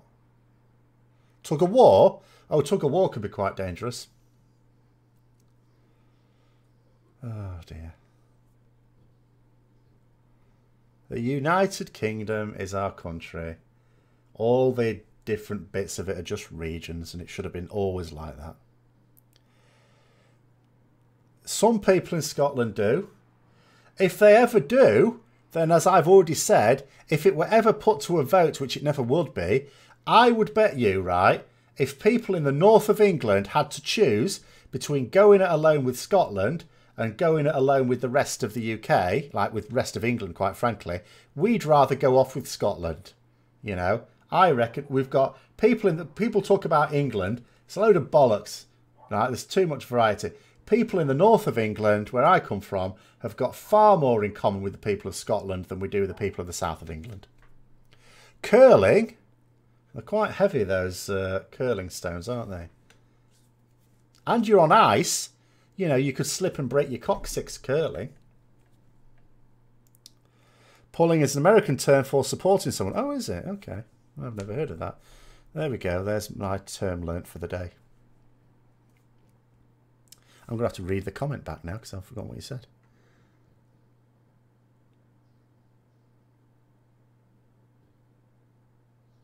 Oh, who said it? Okay. I don't know why it'd be racist, quite frankly. Hammer of Wrath isn't back enough for you yet. What, you mean because it's a talent? Yeah, there was sort of a chance of it becoming baseline, but it doesn't seem to have happened. I cannot see the United Kingdom remaining as it is in the foreseeable future. Before I die, the country of my birth will be no more. I mean, I can't see anything else. It's just a mess. Absolute mess. And as someone put it quite well, all because Boris Johnson managed to convince people that the curvature of a banana is somehow politically important. Arctic game. Tree throwing. Is that like caber tossing? Tree throwing. Never heard of tree throwing. There's tossing the caber. That'd be the most similar I could think of. That, I imagine, is fairly dangerous if you get that wrong. I mean, any chucking sport is obviously dangerous. I mean, there was that referee who was killed by a javelin, wasn't there, last year or the year before? You know where it went wrong? It was Denmark let you go. Well, possibly, yes, quite. You know, again, you know, if that hadn't have happened, then the south of England and the north of England may never have been joined in the same nation at all. You know, France could have had the south of England, and we could have had, like, we could have been part of Scandinavia. That would have been fine. The Geordies already partly are anyway. Half the Geordie words are Danish anyway.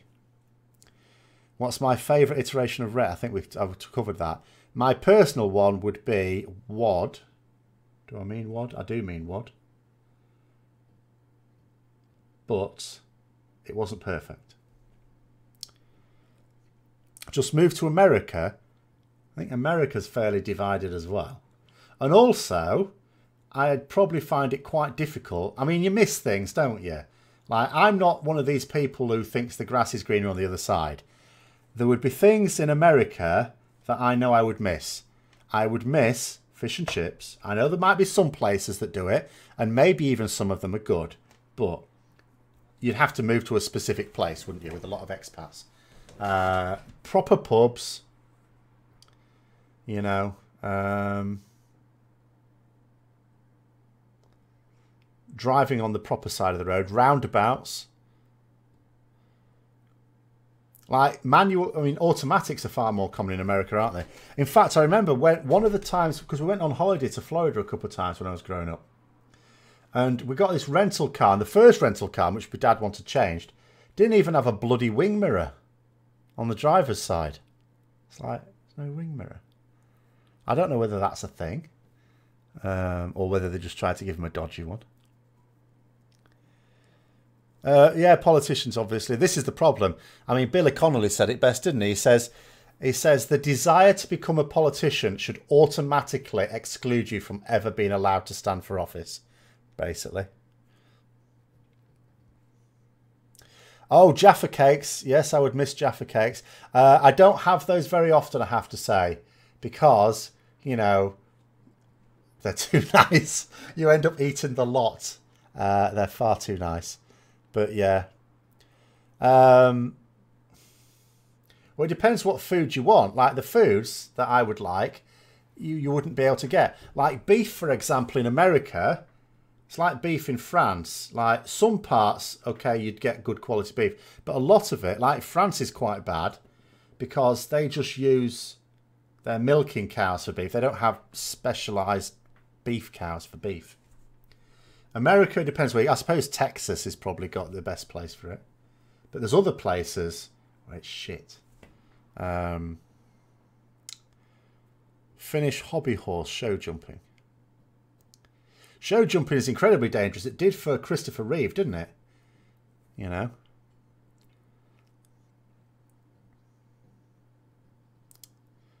Will the Hammer of Wrath Discord change names now that Hammer of Wrath is back and we don't need a memorial? No, because I think it was going to be Hammer of Wrath even before it was taken off us. Yeah, it was. It was formed before we even knew it was going. It just became a memorial because it was gone.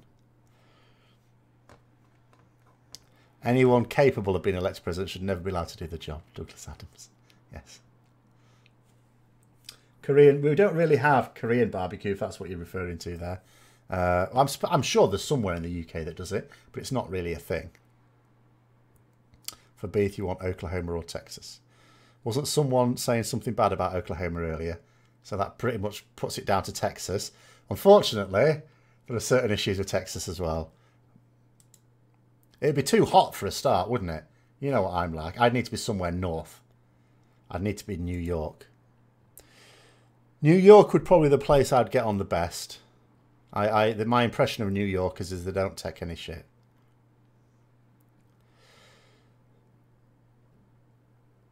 In which case, Donald Trump should be prepared for what's going to happen on Friday, because he'll find that the people of London are going to behave in exactly the same way as the people of New York would if he said about New York what he said about London. Roundabouts are superb. It's better than waiting at some bloody lights when there's nothing there. Just get on. It keeps the traffic flowing. Roundabouts are fantastic.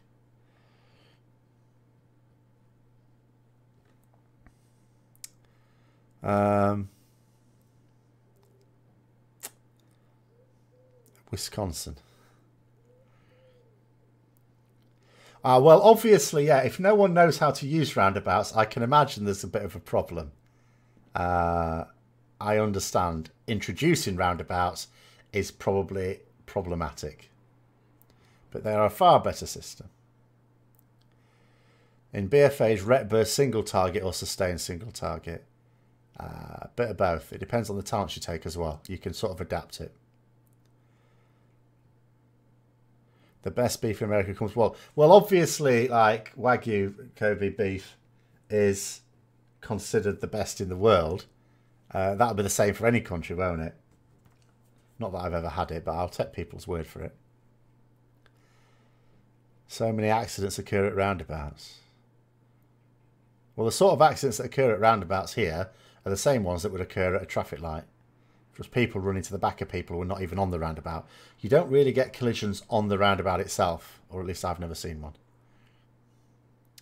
Donald is used to the hate. Well, that's just as well. Well, you say the media having a negative coverage. That's irrelevant, because if you don't ever read those papers or watch those channels, you're never aware of it, are you? You know, if you just watch your own echo chamber, which in his case would be Fox and Friends, wouldn't it? You know, whereas on Friday, I mean, I know that they're trying to keep him away. It's not a state visit. He was invited for a state visit, but it's not actually going to be a state visit, because then he'd have to, like, not mingle with crowds, good God, but he'd have to go near people. So he's trying to avoid that, because not only is there going to be a show your rump to Trump protest, there's going to be the blimp and just usual sort of protests as well.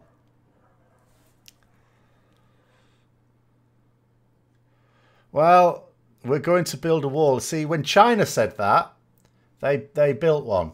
He doesn't seem to have laid a single brick yet. All news channels are in their own echo chambers. That's the problem. Like, so when he talks about fake news, it's not untrue. When he points at certain stories and say they're untrue, that can be a lie. But it's not untrue to say that the media is biased, because it is. It's just some of it is biased for him, some of it's biased against him. Some of it's, you know, not necessarily specifically biased against him, but then became when he started talking shit. So sometimes they'll be perfectly objective. And again, it's one of those things. You can easily just say it's all biased when it says something bad about you, and that it's not when it doesn't. In fact, the best way to see objective news is to watch.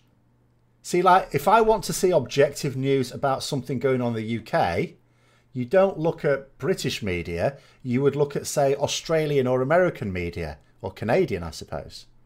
And the same thing applies. You'd look at what foreign media are saying about you, because they don't.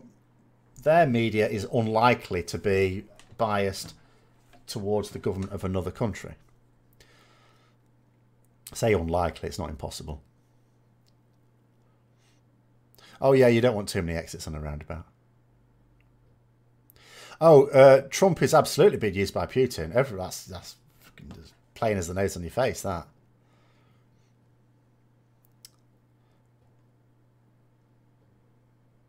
The news nowadays is all agenda driven. That's because news companies are basically owned by very wealthy people. And if there's one thing that very wealthy people want, it's to become even wealthier and more powerful. And if you can control the news, you control access to wealth and power. So the whole concept of media is, you know, it's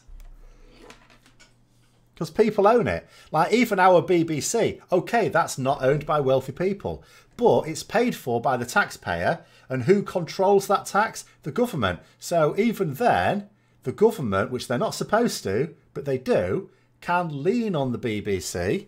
And, you know, so even that's not great. So it's all a shit show. Like I say, the best thing is to think about who wouldn't be biased about this particular issue.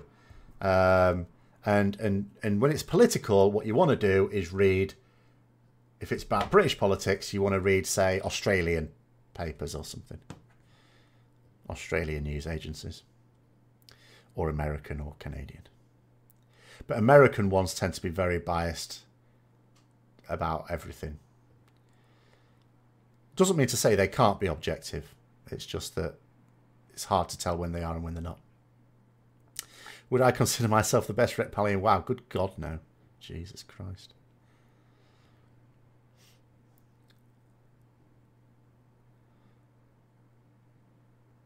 I just understand it well enough to be able to put it in a guide that is accessible to people who can then become the best people in the world.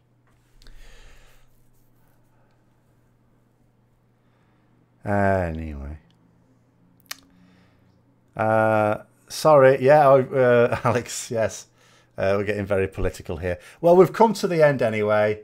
I should probably call it an end there because I've still got to finish editing 2 more videos to come out for tomorrow and Thursday. Friday's is already. None of them are, strictly speaking, World of Warcraft videos. But I still need to deal with them. And get myself mentally prepared for the very boring training that I've got coming up tomorrow, where they're going to spend an hour training me on how not to throw something in the bin. And they're going to train me another hour on how to click on a folder on a desktop. And I can't even wait to see what I've got after that. So, oh dear, we've got more boneheads here. Stop selling your shit.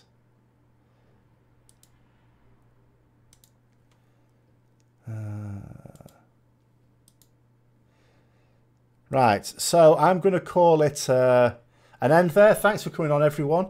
I will be raiding tomorrow on Twitch, streaming tomorrow on Twitch, the raid, of course.